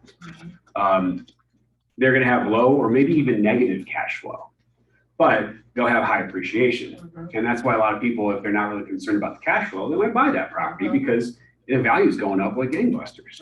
You're going to have higher household income in these areas and a higher percentage of homeowners than average. So, and then there's everything in between, right? Now, I just love looking at it this way because, again, there's no right or wrong, there's no better or worse. You can make money in all points along the spectrum. It's just about the manner in which you do so and the challenges that you deal with. Here you got challenges, you're gonna have to evict people. You're gonna have to be super crazy hard on screening applicants over here because you're gonna have people lying to you on applications. You're gonna have recent evictions. I mean, all sorts of shady stuff. I've dealt with it myself quite a bit, right? Over here, you're not gonna have tenant problems. You're gonna be applying, you're gonna have higher credit scores than you are. Yeah. But you're not gonna make any money. You're gonna have to be throwing money in every month, right? There's just different challenges. So when you think about what sort of property you'd like to buy and where, and what sort of cap rate would make sense for you, it's not just, well, everybody would love a higher cap rate. Sure, right? But understand that the higher cap rate comes with different benefits and different challenges. And the lower cap rate has yet different benefits and different challenges. So if you think about where you want to buy property, this is what you should be thinking about. That was a great way to explain that. Thank you. Even if I got that. Nice. That's always my standard. If County Clerk got it, I win. You're good. You're working done. So, think about your investment goals and think about what part of that spectrum makes the most sense for you. And nobody said you have to be on one point. You could have both, right? You could have a property on that end, a property on this end, one in the middle. I tended to focus with most of what I originally bought a little bit towards the higher cap rate end of the spectrum, not all the way at the end of it, but towards that end. And no, it's done over again because I've never been trying to live on the cash flow. I've never taken money out of the properties. I probably could have bumped it up a little bit more and maybe benefited from more appreciation. But hell, I did real well on them, so I'm okay. Right? But going forward, I just sold 2 and bought 1 at a much higher price point. I moved up on that spectrum, right? Any questions or ahas here on the whole cap rate situation? No. Okay. Now we're going to talk about cash on cash return. Okay, so return on investment. First of all, return on investment is really the same thing as cap rate if you're not talking about financing. It's your return divided by your investment, and it gives you a percentage. That's the same formula. I just changed the words a little bit. It's the same formula we just went through with cap rate. Cap rate was your net operating income divided by the price. This is the same thing until you start talking about financing. That's one of the benefits of real estate. So we should be talking about financing. It's still the same question with one tweak. Instead of how much do I get back for the money, it's how much do I get for the cash I use? Because I'm involving someone else's money and I'm leveraging mine. So, same example, I just doubled the numbers. This is $16,000 return on a $200,000 investment is still an 8% ROI. It's an 8% cap rate. Where the return comes from? That would be the same as your net operating income. Okay, Now, if no financing is involved. So if you bought that $200,000 property cash, then your cap rate is the same thing as your ROI. It's all the same. This is my net operating income. Here's how much money I used to get it. That's my percentage return.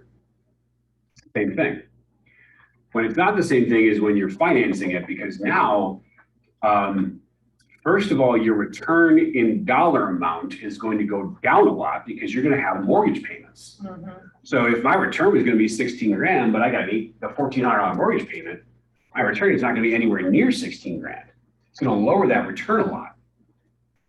But I'm also lowering the amount of money I'm using because I'm only putting down a fraction of the total purchase price. And so the amount of money I invest actually goes down a lot, and it goes down more than the return does. The overall effect is that my cash on cash return goes up. So my money works harder for me because of leverage. I ran the numbers out. These aren't estimates, these aren't guesses. If I've got a $6,000 return, it's the same example with the same financing we used earlier. Instead of 16 grand, I got 10 grand in mortgage payments to make. So I only have a $6,000 return. And my investment though wasn't 200, it was 40. It was just 20%.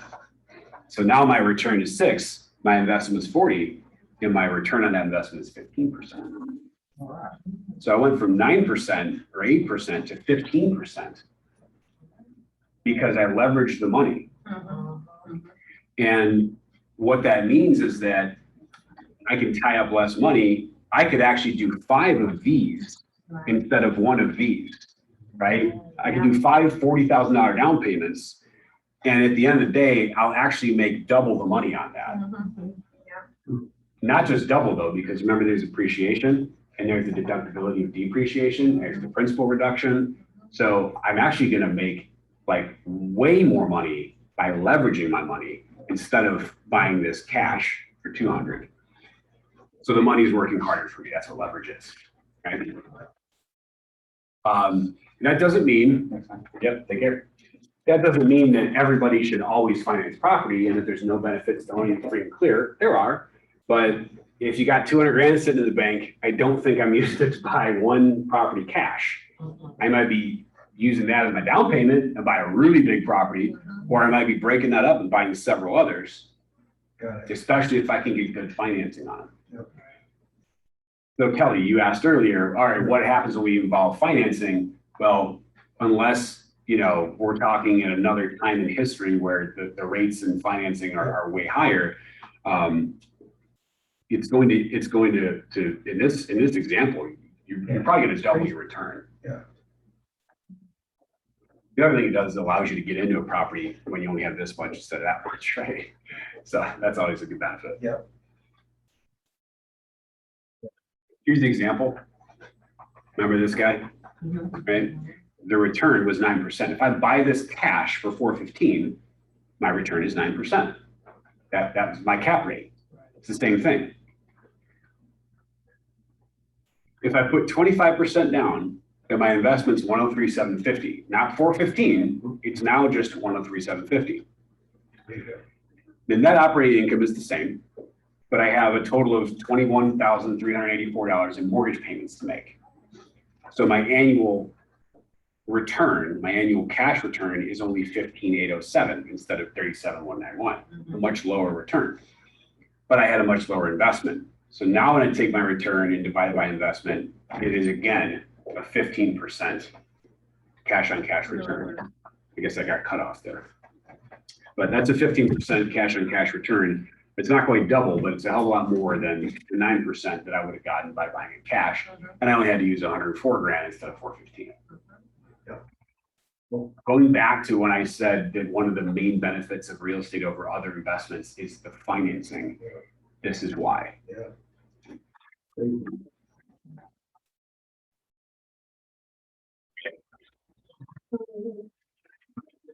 So I'm gonna pull a bunch of stuff together now. We're gonna talk about total return. It's an interesting concept. Remember when we said that on this example, we'd have $4,800 in cash flow after your mortgage payment? Remember it was $1,800 a month in rent, $1,400 mortgage payment. So that's $4,800, that's our own from there. We said it would be $10,000 appreciation, 5% on a $200,000 house. We said the principal reduction in year 1 would be $2,600. And we said that your total return that would be $17,400. But now since then, we've talked about financing, leverage, and cash return. So how does it look when we finance this project? $17,400 return, 20% down payment. It's a 43.5% return if I include the other money that I'm earning that I'm not actually collecting. Do you remember this part? Can you tell me another place Not legal. that you're going to get a 43.5% return on investment on your cash, and you're going to be taxed as though you basically made nothing?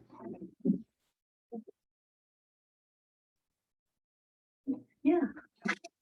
Oh, you can? Yeah, that's not selling drugs, Right. yes. I am not selling drugs. Yeah, you can't, because there just isn't. Right. All of these things that we've gone through, the tax deductibility, the triple earnings, all, you know, the leverage, all of that is what contributes to this being so outrageous. And that's why when I look back at the last, 10 to 12 years, and I look at the money I put into my 401k and the money that I put into real estate, and I look at what's happened with those assets, I at one point was very concerned that I'd overinvest in real estate. Man, do I need to really commit more money to something else? I'm starting to go, maybe I should take a 401k loan and buy another property and pull the money out of that thing. Yeah. Because I don't get anything like this there. And when I pull that money out of retirement age, I'm not gonna be taxed at a discount. I'm gonna be taxed on the dollar amount I take out. Like, this is just dumb. And remember, that tax deferred part, if you do it right, you'll never pay tax on that.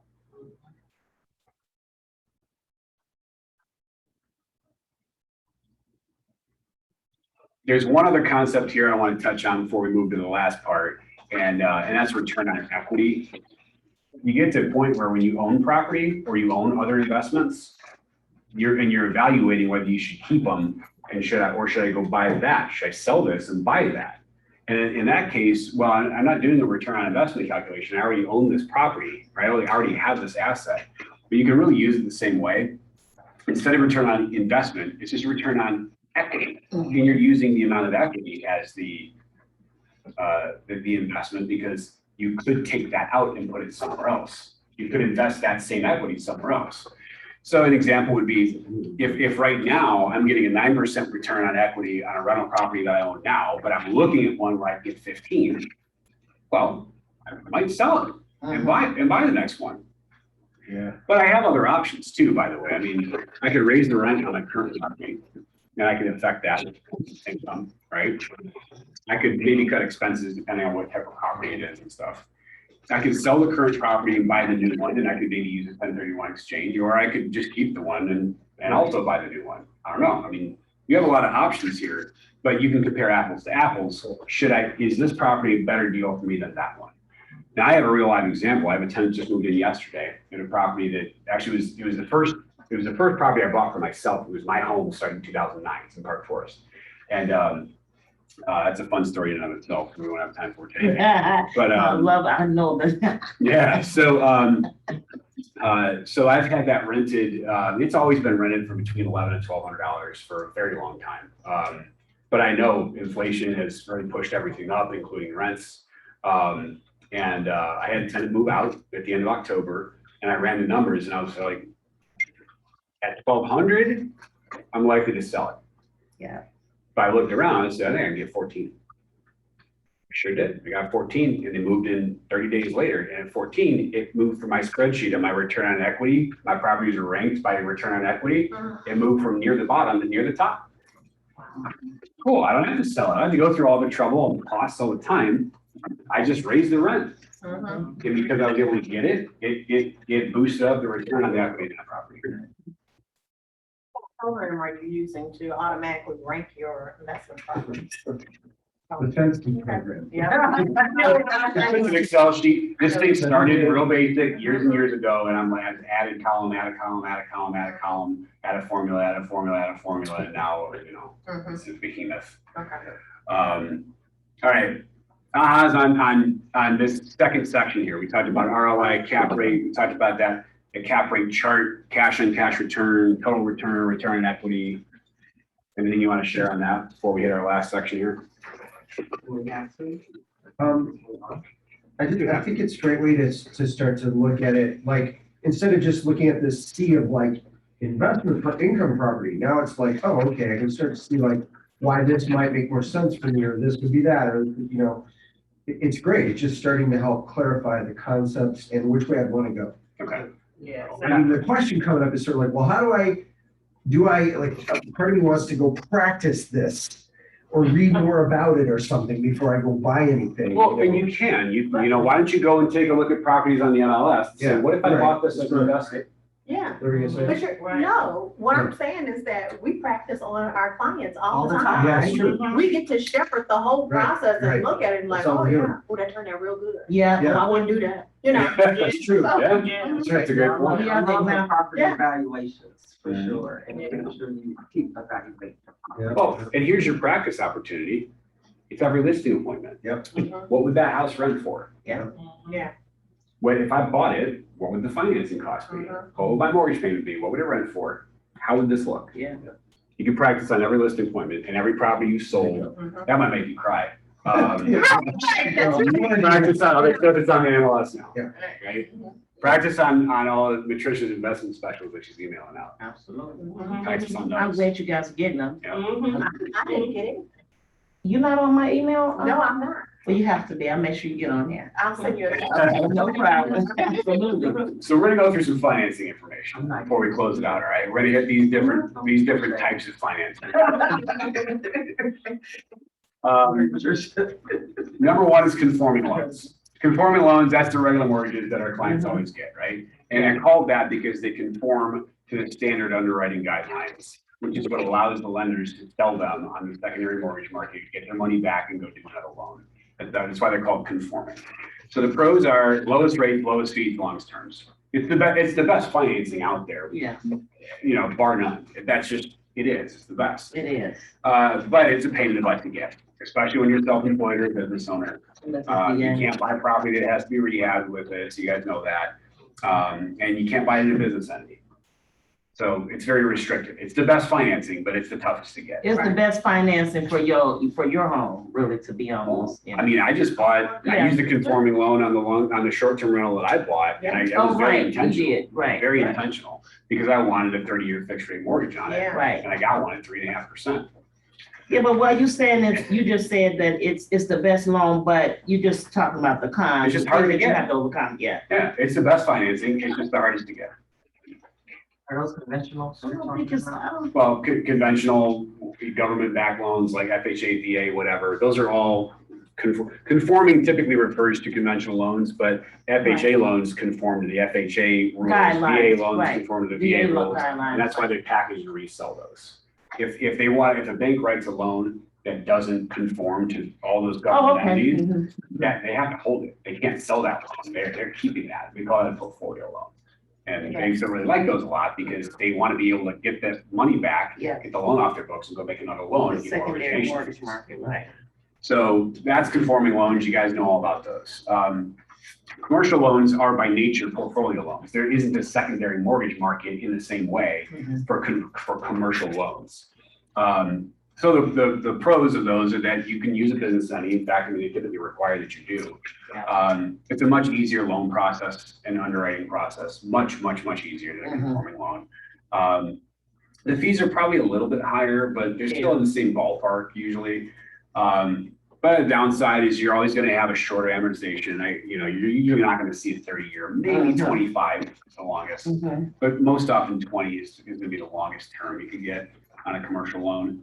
The longest amortization. The amortization is how long they calculate the payments. That's how they determine your payment, as though it was going to be a 20-year loan. But then the term means it's calculated so the payments act like it's 20 years, but you actually have to pay it off and fuck it. You have to refi it or pay it off or whatever. So Yeah. they'll usually have a 3, 5, or 7-year term.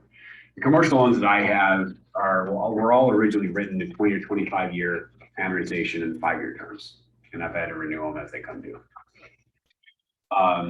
Often the commercial loan is going to give you a higher down payment. That can vary a lot depending on the lender, depending on your experience, your relationship with them. That can change that, but it may require, especially as you're getting started, a higher down payment amount. Hard money loans, a lot of you guys know about these. I mean, these are only for investors. They generally are a lot easier to qualify for because they're underwriting stuff based more on the property potential than your own ability to repay, and because they're short term. You, of course, can buy properties that are in really poor condition. You can typically finance the improvements as well.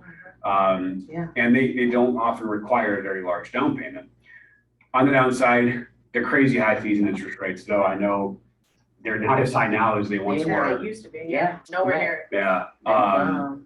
But they're short terms. Typically you're gonna write a term upfront for maybe 6 months, and they might let you extend it with a fee to 9 or 12, but you're usually not gonna go past 12 or it gets bad news.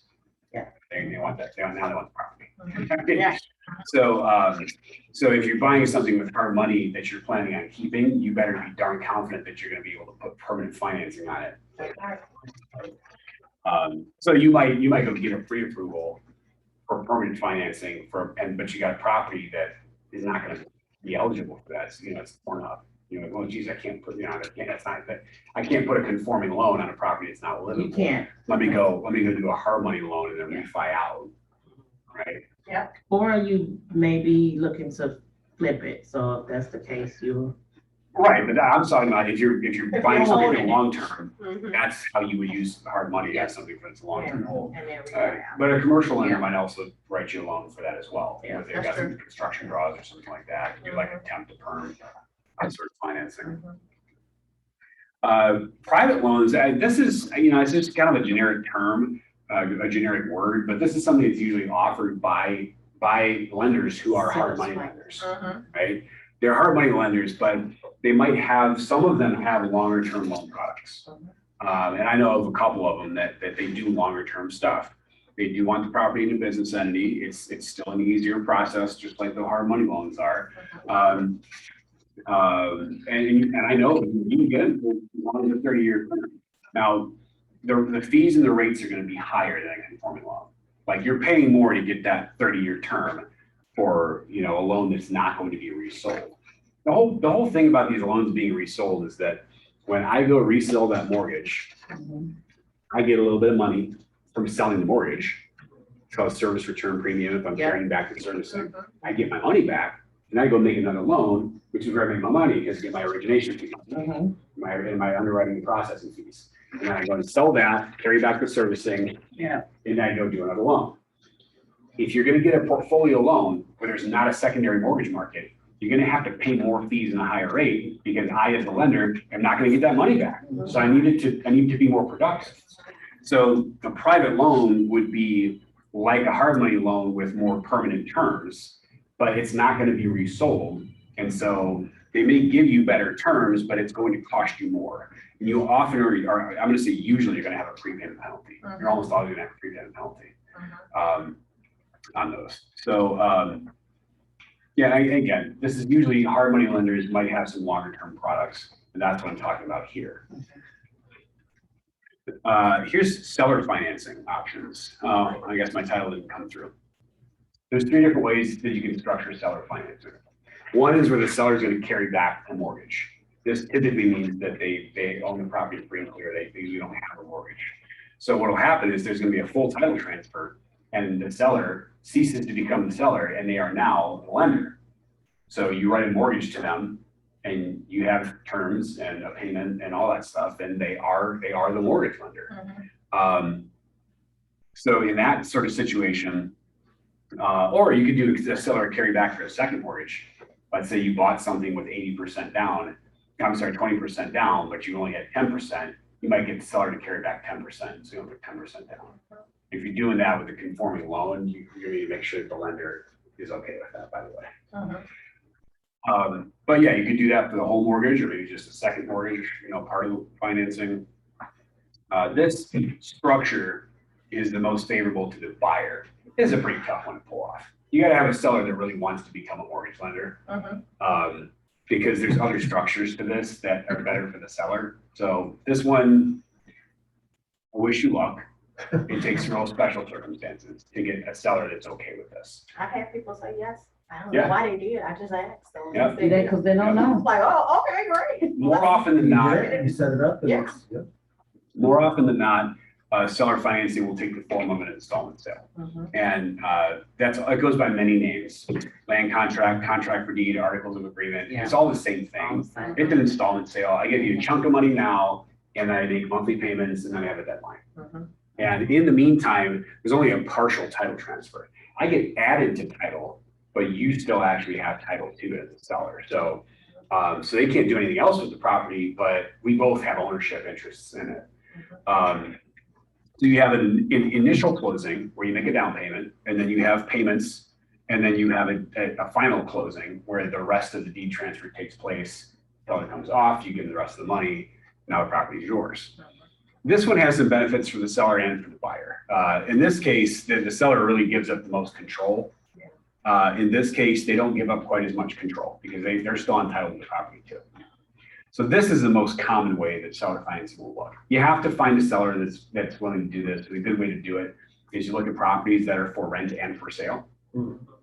Or you look at properties that are for rent, they might also be okay with something like this. But if they really love that as a rental property, they're not gonna wanna do this. Most sellers that have a home for sale are not gonna do this because they need the cash out, right? And then the last kind is an option or a lease with an option. You might actually rent a property from somebody and give them a down payment, which is essentially an option fee. They can't sell it to anybody else. And with the lease, you have exclusive use of the property. But in the meantime, there's no title transfer, right? There's a cloud title in the sense that you record an option. They can't sell it to anybody else. But aside from that, you don't have any kind of ownership of the property. So this is the most favorable to seller. They're giving up the least of their rights compared to these options. And I personally, I wouldn't really be interested in this as a buyer unless it was a really special circumstance. I did it one time. It was so really dumb, but I did it. I did a lot of dumb stuff that's on here.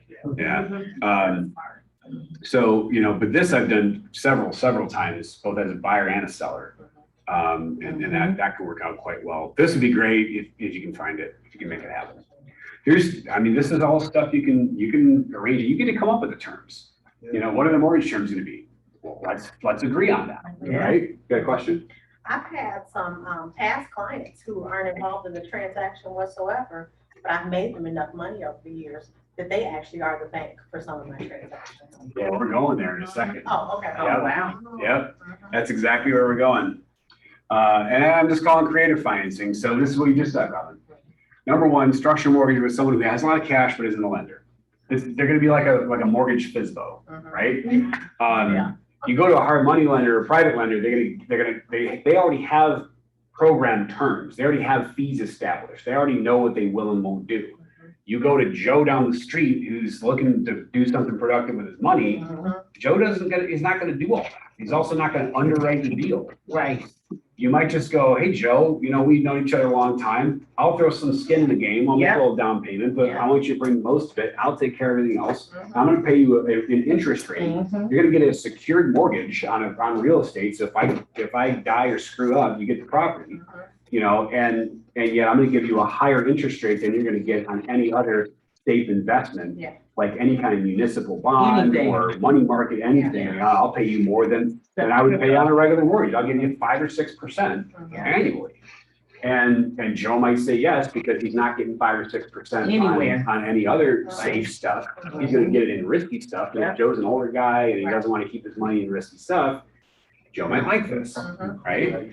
So it takes someone who's not a lender and write a mortgage. Mortgage and note documents are standard documents. You can take the ones And record. I didn't say this. You can take the ones, scan them in, freaking change the words on them. Have your attorney look at it. They're all the same. They're all the same document. So it's not hard. Your attorney can just go, here you go, let's write the mortgage, write the note, record it, done. Done some of that too. Robin said she's done some of this. This can work really nicely. You can borrow against other assets that you have, or you can find someone else who has those assets. And maybe they don't have free liquid cash, but they can actually borrow against their own assets in these following ways. Number one, home equity. Does somebody not, unless you bought your property yesterday with FHA financing, Or today. you have home equity, right? So think of all the people out there that right now are sitting on boatloads of home equity. And maybe they'd like to just, maybe they're going to borrow from their home equity line at 4%, and you're going to pay 8%. But it costs them nothing, right? I mean, you can do that. Stock, you can borrow against your own stock, right? We mentioned that earlier. You can borrow against whole or universal life insurance policies. that money doesn't make a lot of money. The money that you pay into those policies, most of it doesn't go straight to your premium, it goes to insurance. Right. Or it doesn't go straight to your cash value. A little bit of it goes to your cash value. It earns a very low interest rate, and you can typically borrow half of it from yourself. Sure can. Or someone else you know who has a big life insurance policy could borrow half of it and lend it to you. Traditional retirement plans that you can borrow from a 401k, right? You can borrow from one of the government ones, like the teacher one too, I think you can borrow from. And then lastly, we touched on self-directed accounts. In the last module, you can use these. I'm probably about to do something real weird with my, with one of my rocks. Like what? We'll talk about it later. Okay. You have one, you know, if your spouse worked at a job a long time ago and they have a 401k right now, it's still sitting in some other thing, they can roll that into a self-directed 401k and do this stuff with it. Like, He won't. if they got $200,000 in a 401k from an old job, Yeah. they can transfer that to a self-directed retirement administrator and buy a piece of real estate inside of it. One of my listeners right now makes $1,800 a month in rental income, and he only wants $80,000 for it. For the I property? said, hey, you have over 60,000 in your 401k. Take 20 out. You have a 20% down payment, Yeah. and that thing's gonna cash flow Yeah. for years to come. You only need to put 16 of it down. You could go, you could put the other four. If we need to do some repairs. Mhm. I have to see it first. Well, you might have some other buyers in the room here, Yes. so. Somebody went, what? The property's 80,000? Y'all buy it. Well, so the other thing is too, you know, if someone has an account like that, they can lend it to you, right? So if, remember we talked about Joe, maybe Joe isn't sitting on a lot of cash, but maybe Joe has a lot of money in his retirement account, and he wants to take that and put it in a self-directed account and make a mortgage there. So now his 401k is invested in a mortgage. Maybe I could just do the evaluations for him and help him get off his ass. So there's a lot of ways that you can creatively strike. There's money sitting in a lot of places than what we typically think of. Yeah. And I just want you guys to remain open to this, and you don't usually think about this and you often don't know about it. But if you decide that, you know, you're gonna go and do something with this, you can. There's a lot of people out there with a lot of this stuff. And again, everybody has home equity now. That's the one thing. It's like, well, that's there I for don't have sure. it. I just bought my house in 2020. You don't count. Yes. Everybody else, everybody else has home equity. Right. We're gonna run a couple minutes We sold over. our house. Any ahas on the financing? We just talked about a bunch of different kinds of financing. No, it's great. Just that, there's a lot of options. It was just a good reminder again about that self-directed, Yes, retirement and using that to purchase things. And then, oh, yeah, and home equity, duh, you know. Yeah. Okay. Your life insurance policy, whole life to tap into that. Yep. And then, you know, someone who have, you know, those accounts, maybe you don't, but maybe they Somebody else become, does. yeah, someone else does, yeah. That's a big eye. Yeah. All And right. like insider trading that just happened here. You know, Correct, about absolutely. who knows. Yeah, exactly. We all have stuff Yes, coming, right. know about. Suddenly Nikki's got multiple offers on that joint. All right, here's I got our another one too. last section. Okay, this one's called Go Ahead, Screw It All Up. Oh, I like that. I like this one. So this is my case study for you guys. I call it a case study in failure. Okay. And you didn't fall. So some of the property that I own, it was a 5-house deal. It was $565,000. I bought them in December, right at the end of December 2012. It was funny because the way this came about is I had this client, he'd accumulated about 150 homes. He and his dad did this. And what they would do is they would buy them, they would rehab them, they'd pull out 80%, they put an 80% mortgage against it and go rent it out, do the next one. And they racked up about 10 million. They Right. They done about 150 of these. They had about 10 million out there in credit. There was 3 banks that they worked with primarily. These guys were from farther south. It was all like mom and pop sort of stuff. They had about 10 million out there in open lines of credit and balances. And they got behind on the property taxes. I don't know how it came to that, but they got behind the property taxes and the lenders called everything due. And they told me that we're gonna have to start selling properties. Of course, I'm like, I feel badly for you, and yet, okay. Right. So he was having me do CMAs and stuff, and he gave me call with the next batch, you know, here are these 3 ones, and I'd sold him a lot of them. And so I looked at properties, I sold them, I rented them out for him, you know, so I knew. He's like, yes, do CMA on this one. I did CMA, I call him back, I said, here, I just sent this to you. He goes, hey, well, let me ask you a question. Do you want to buy that? I was like, guys, I was super broke. I was like, yeah. There's no way. I was like, I've been trying to get a $40,000 loan on my own house for like a year, and I can't get a loan. So like, I mean, I would love to buy it. I'm not but your there's guy no way, today, right? right? He goes, well, I think you should talk to these guys. You know, the bank might want to do something with you. I'm like, I mean, if you think it's worth a call, sure, right? These guys, they had non-performing assets, right? Because the owner was not paying the taxes, right? Right. So those assets go to a different part of the bank's books. The bank has to go and increase their cash reserves because those are non-performing. Yeah. And they don't want that. And that was a tough time for banks. And they were looking for a way out of that. And they wanted to get those assets off of their NPA list and get them back into performing. And so they gave me a loan for 100% on 5 houses for $565,000. At 100%? 100%. I walked out with a check. I brought nothing. I brought an ID and a pen, and I walked out with a check for, I don't know, 17 grand for like the tax prorations that I've been putting. You do know what that's called, don't you? What's that? A blessing. Oh, I'm well aware. We're talking about blessing. It's properties, but it's a blessing. But it started a little ugly. It started a little ugly because obviously I was instantly underwater on these, right? Yeah. I mean, I couldn't turn around and sell them even if I had to, right? Like there was no options for these properties. They were all rented. One of them was turning over, but they only made about $200 a month a piece, given the balances and what the rents were and things like that.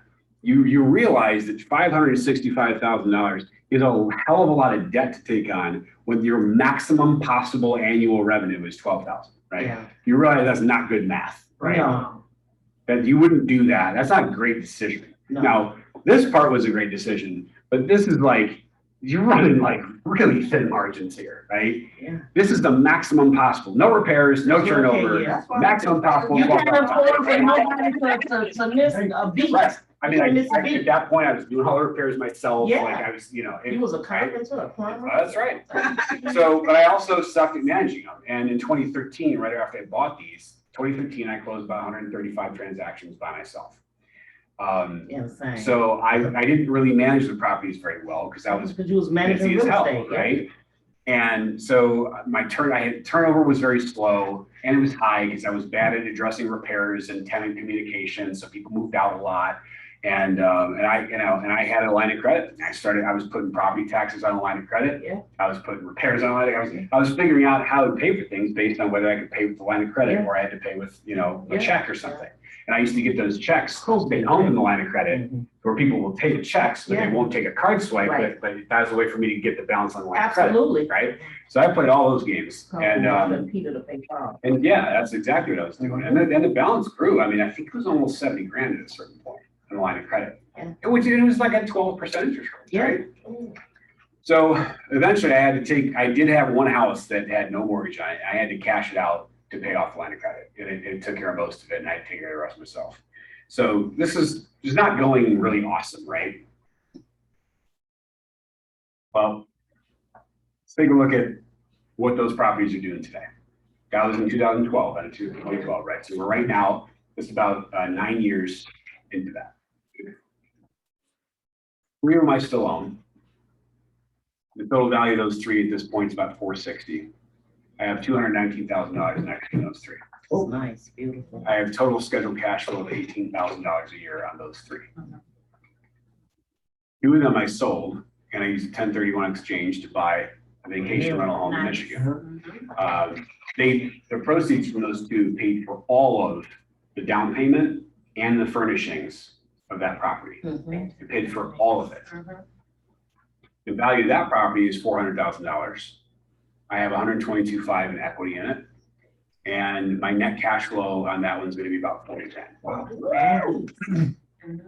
Awesome. So those 5 houses, Got you there. $565,000 in debt for a maximum possible $12,000 a year. Yeah, If everything went perfect, right.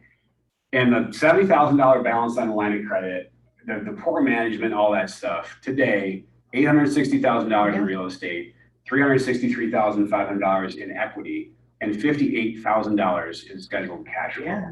That's, we call that a salary. It is. Right, It's a salary. That's a salary. It's a blessing. That's a salary, and that's about 6 years worth of that salary in Yeah. equity. Mhm. And I also got a vacation home with my family. Right. We're gonna go up there after Christmas. Yeah, I was gonna say, you Have a have little one. Christmas Mhm. up there, do all the cutesy little small town Mhm. stuff, you Yeah. know. You'll make a Hallmark movie. That's my wife thinks. I always give a hard time about other religions. Are very Hallmark, and then like, then the kids are fighting, and like, then the hot tub is a problem, and you know, then all of a sudden, like, it's not the Hallmark thing. But I mean, when I say go ahead and screw it all up, I mean, that was a crazy risky move. I put myself through a lot of trouble with those. And yet, They look how taught that you. turned out. Yeah. Look how that turned out. But it's culture. Now, right? No, no, I manage. Well, if somebody manages the vacation rental, I don't do that one. That is way too much work. There's no way I can do that. But yeah, the other ones, you know, most of the time, there's nothing going on. And, you know, every now and then, okay, the furnace is broke, screenshot the text from the tenant, forward it to Joe. Joe, can you call so-and-so? Yeah. Send me an Who's invoice. Joe? I'm not telling you that.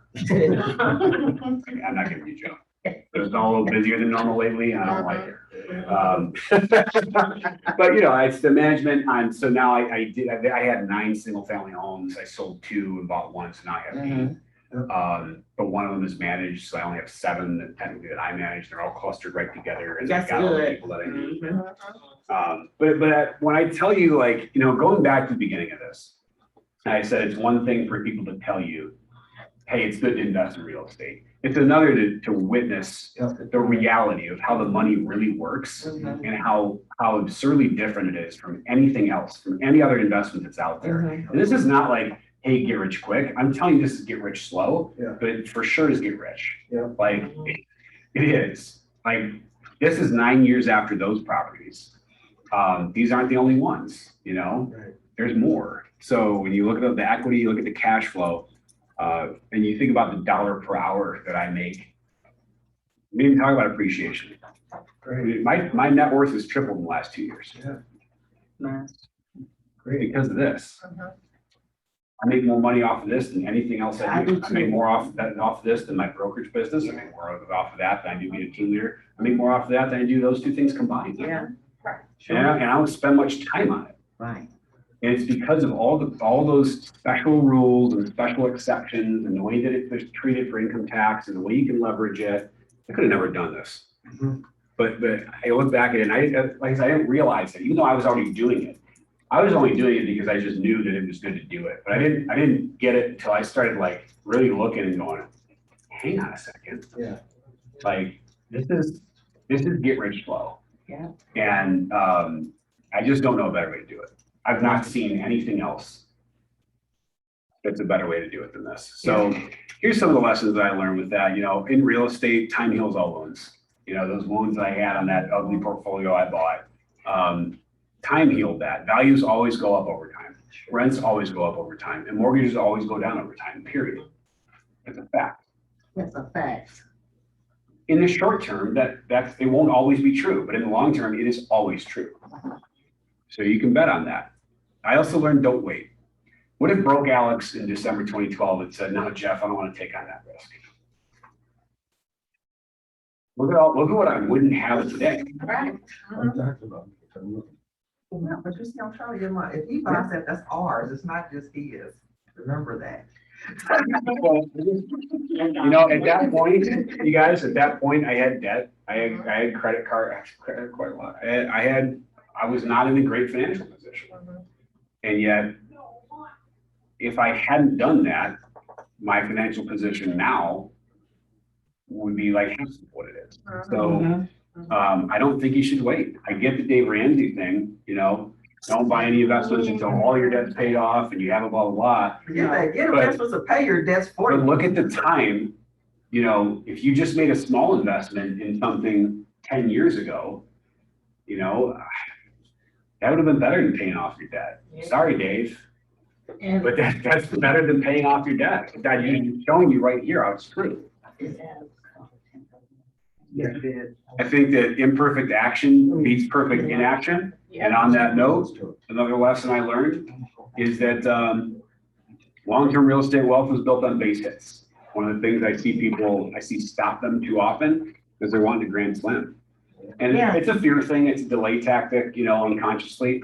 But you're like, oh, unless it's gonna cash flow $800 a month, I'm not, buying it. Well, Yeah, remember I told you, we don't mess with anything less than a Right. 12% cap rate. are you just saying that because it means you don't have to actually pull the trigger? Or you on just saying something? that because you don't know. Right, so but I see it a lot, especially when it comes to flips, and people are like, I need to see $100,000 spread. Good freaking luck, Yeah, Good luck with good that. luck, Good luck. Like you're not a real investor. but then what you do is you fool yourself into thinking something's a grand slam, and it's sitting there on the MLS with 36 days on the market. It's not a grand slam. If you think it's a grand slam, you're wrong, and you're gonna go make a lot of bets on it, on wrong information. So I really think it is about base hits. This whole process that we just talked about is way more nerdy than it is sexy. There's no flash in all this. I'm talking about all these delayed benefits that you're not even gonna see, you're not gonna get to touch, for decades. Right. And yet they'll change your life. So don't hold off for the grand slams, go for the base hits. That's what this is about. No, I had a client Awesome. once, he's like, he said, I need something I can supplement my income. I said, okay, so I went to the MLS and I found a property whose net income was $96,000 a year. $96,000 a year. See, I guess he didn't think I could do my job, and so. We need to get out of here. I'm finishing a class here. Right. And so We busy. Yeah, We he ended up ghosting me, Alex, because he knew it was a good deal. Yeah. And he wasn't ready to pull the trigger on it. I was like, what did you? I said, I found you what you asked for. It's not always the right time for the right person, but maybe you should bought that. So what are your ahas and action items from, either from today or from this whole thing that we've done together? What are you gonna do with this? Well, everything isn't for me always, is an aha. And when I come across things that I know are good investments, one, if I've already considered it for myself and it's just not for me, maybe it's timing, whatever, it could be. That I also should do something similar, which I always said I was going to do, like what you're doing, extending out investment properties to, colleagues and clients too, just to let them know, here's some good stuff coming. Maybe I can find something that has some seller financing. Yeah. Yeah. Well, I'll invite you guys all to it on December the 16th, if y'all not in Florida on the beach. December 16th, I'm in we're having our goal class. board party. Is that the same night? What's the Hey, Robin, there's a property Robin. that I came across recently. It was someone I knew from growing up. Their dad still owned the house. It's in the neighborhood where I grew up. I have all these other investment properties there. I know the neighborhood like the back of my hand. And they weren't looking for a lot out of it. They just wanted to clear this small mortgage that they had. And at first I'm like, wow, I mean, this is right up my alley, right? But it was trashed. It was crap. It needed everything. And I looked at it, I'm like, this isn't for me. It checks a lot of boxes, but there's a big box that it doesn't check, which is I don't have time to go and I don't have contractors lined up to do rehab projects. I'm like, this is gonna suck me away from everything else. I'm like, this one's not mine. So I called up my guy for that neighborhood. I got a full commission on the purchase. It's pending right now for 3 times more than that. I'm gonna get another commission. I spent a few hours, max on the whole thing. And, not everything has to be yours, and you're in this unique position where you can still make money on it, even when it's not your deal. Action items. What are you gonna do with all this? Well, go ahead. I have nothing. Well, I'll be with Angie tomorrow. So that's what I'm gonna do with it. And not only that, this is not just good value for us, but it's also good value to share with your clients. I was gonna say that, You can have, maybe not overwhelming of all of the things, but certainly there are, some 2 or 3 topics that you can just have a conversation around. Yeah. If learning some of this stuff today that you maybe hadn't seen before allows you to speak more passionately to your clients Absolutely. about why they really, really need to be doing this to build for their own financial security, for their own kids' college funds. For, like, if this allows you to go be more passionate about that, good. Yeah. Good. Yeah. And you can even do the homework on your own property with this, like, course, you know what I mean? And just start understanding what ARVs are, and that's understanding, you know, how the growth, and there's a lot of. This is long term, we ain't doing ARVs. What? That's part of investment, I mean, you No, know. he was doing mostly buy and holds today. He Yeah, wasn't doing. no, I'm just talking in general, Oh, like, okay. I just was saying, like, that was just an example, but certainly have a conversation, do it with your own house, so that way you can feel confident in knowing how to talk to other Well, clients. Yeah, I think you may not have come in yet when I was saying, just, you know, Kelly was saying, well, I wish I could kind of practice this. This is practice on your listing appointments. Yeah. Take your listing appointment, figure Yes. out how much the mortgage would be, how much the payment would be, figure out how much it would rent for, run the numbers. Yeah. Go on the listing appointment. You know, even if you're not in a position to buy it, you got the practice, maybe it's a good investment deal, and, you know, now you can go and pitch that to other people that might, you know, that might be a buyer. All the stuff you would do for your investor anyway, they're gonna ask you all You those can questions. just ask your anyway. client to put the money in partner on it. And you provide the resource for, being, and I know you hate ARD, whatever it Can't is. partner with everybody. So I kind of moved away from it, but did you provide a resource for, rental, estimates? 2 or 3. You did. Unfortunately, the only place that really gives, there used to be another place I would go, the only place that gives you rental revenue estimates now is Zillow. Yeah. They have a rent estimate, for long-term rentals. RPR does it, Really? yeah, Okay. because I was looking at a property the other day, just do a quick CMA, Uh-huh. and I was like, oh, it's also giving me rentals, interesting. Okay. Interesting, okay. They do. I've never been able to figure out quite what RPR really does, but that's good. Yeah, I'm like, what? I don't understand why this What is. you do, and then do Monday, right, or it's about Sunday? Yeah. So, Yeah. If you're more. Jen Brooks, action item. Yesterday, I'm sorry, the first. What are you gonna do? You know what? I was so focused on a certain type of property that I wanted another multi-unit. Mm. But as you were talking and kind of going through these things, I realized I need to open up and just, think about, I know I don't want to do condos like you said, but definitely, I'm gonna definitely start looking at single family homes to, you know, for rental options. Okay, Yeah. all right, cool. And then I'm thinking about the taxes and all of that, so I don't know if I'm gonna do it in the burbs, I might do it in the city, that might be cheaper, I'm just thinking about all the numbers, but yeah, it made me start thinking about exactly where I wanted to do it at, and what type of property I want, and taking all that stuff into consideration, so. Cool. I'm looking. All right, very good. Options. I want more. We got anyone from our TV audience want to chime in with an action item or an aha? I had a question. This is Katara. Shoot. I heard you mention the short-term rental play. Yes. Can you tell me about that? If you were to purchase an investment property, what would that look like? Yeah, I mean, it's a whole different world. You got to figure out where first, of course, you know, the location, and there's pros and cons to all sorts of different locations all over the country. You know, I just talked to a friend of mine, actually, he's under contract. He's selling a local investment property and under contract to buy a vacation home just outside the Dells. I'm actually pretty jealous. It's a crazy house. There's like this huge log cabin. It's just sleep like 20 people.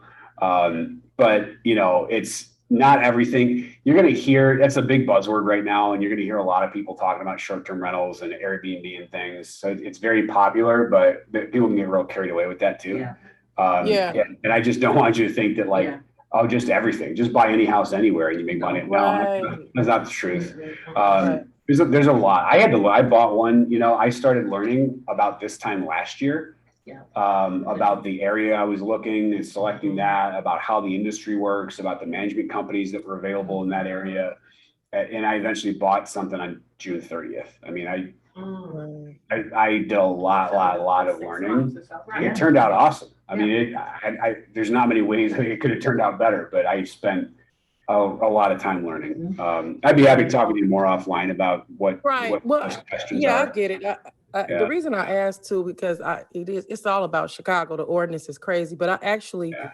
I'm investing, but I have a short-term rental and I'm doing it as a non-owner. So my unit is in Lockport. And so I do want to network with agents too, because if you guys Okay. have clients in between escrow, I can send my info in as well. So I'm actually operating one. And you're right, you have to be careful where you set it up.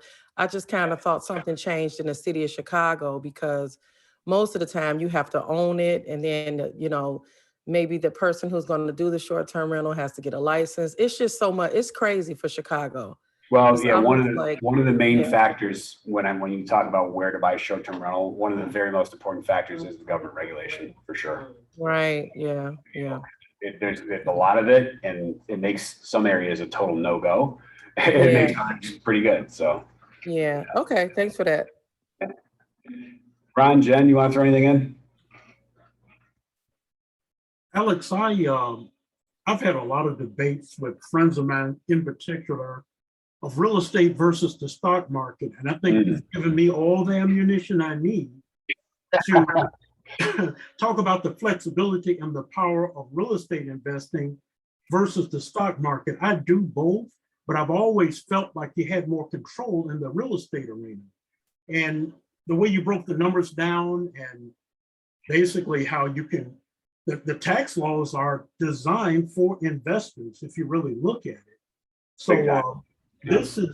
this has been a great presentation. I've learned a lot. Thank you. Great, thank you. All right, everybody. Jen, you going? Yeah, real quick, I just wanted to say thank you for sharing all of this. As far as the action item, I think for me, the biggest obstacle or challenge has been just the idea of like the financing piece. But I mean, hearing like, in my mind, there is no stellar financing, like they don't do that anymore. But I mean, you don't know if you don't ask. And so I think for me, it's just identifying something and just having the guts to ask. Yeah, I mean, I told you one way, go pull up the MLS. There's a search field in there for sale properties that says also marked for, or also listed for rent. And you can pull up rental properties and there's a search field there you can add that says also listed for sale. Right there is a list of people that is almost certain to be open to selling a home on owner financing. Thank you. You're welcome. Yeah, and there's the financing, we couldn't get into like, oh, who are the lenders and all that, but a lot of people in the room here have good contacts for that. I've got a couple myself. So yeah, anybody will help you out with that too, with the exact contacts. So. All right, everybody, thank you for sticking around a little bit longer and help me finish this out. Thanks for coming to all of the sessions that we did. I'm going to be figuring out how to relay this information in the future about, whether we're going to, run it in the same format or break it up into smaller chunks and do like a weekly thing or something like that. But yeah, I appreciate you being here. Yeah, if you got feedback for me, please do let me know what you liked, what I did well, or anything that you wish we would have covered or what I could do better. Just shoot me an email and put Affluent Agent feedback in the subject line, and let me know what you thought. That's all. All right, thank you, everybody. Thank you. Have a great one. Thank you.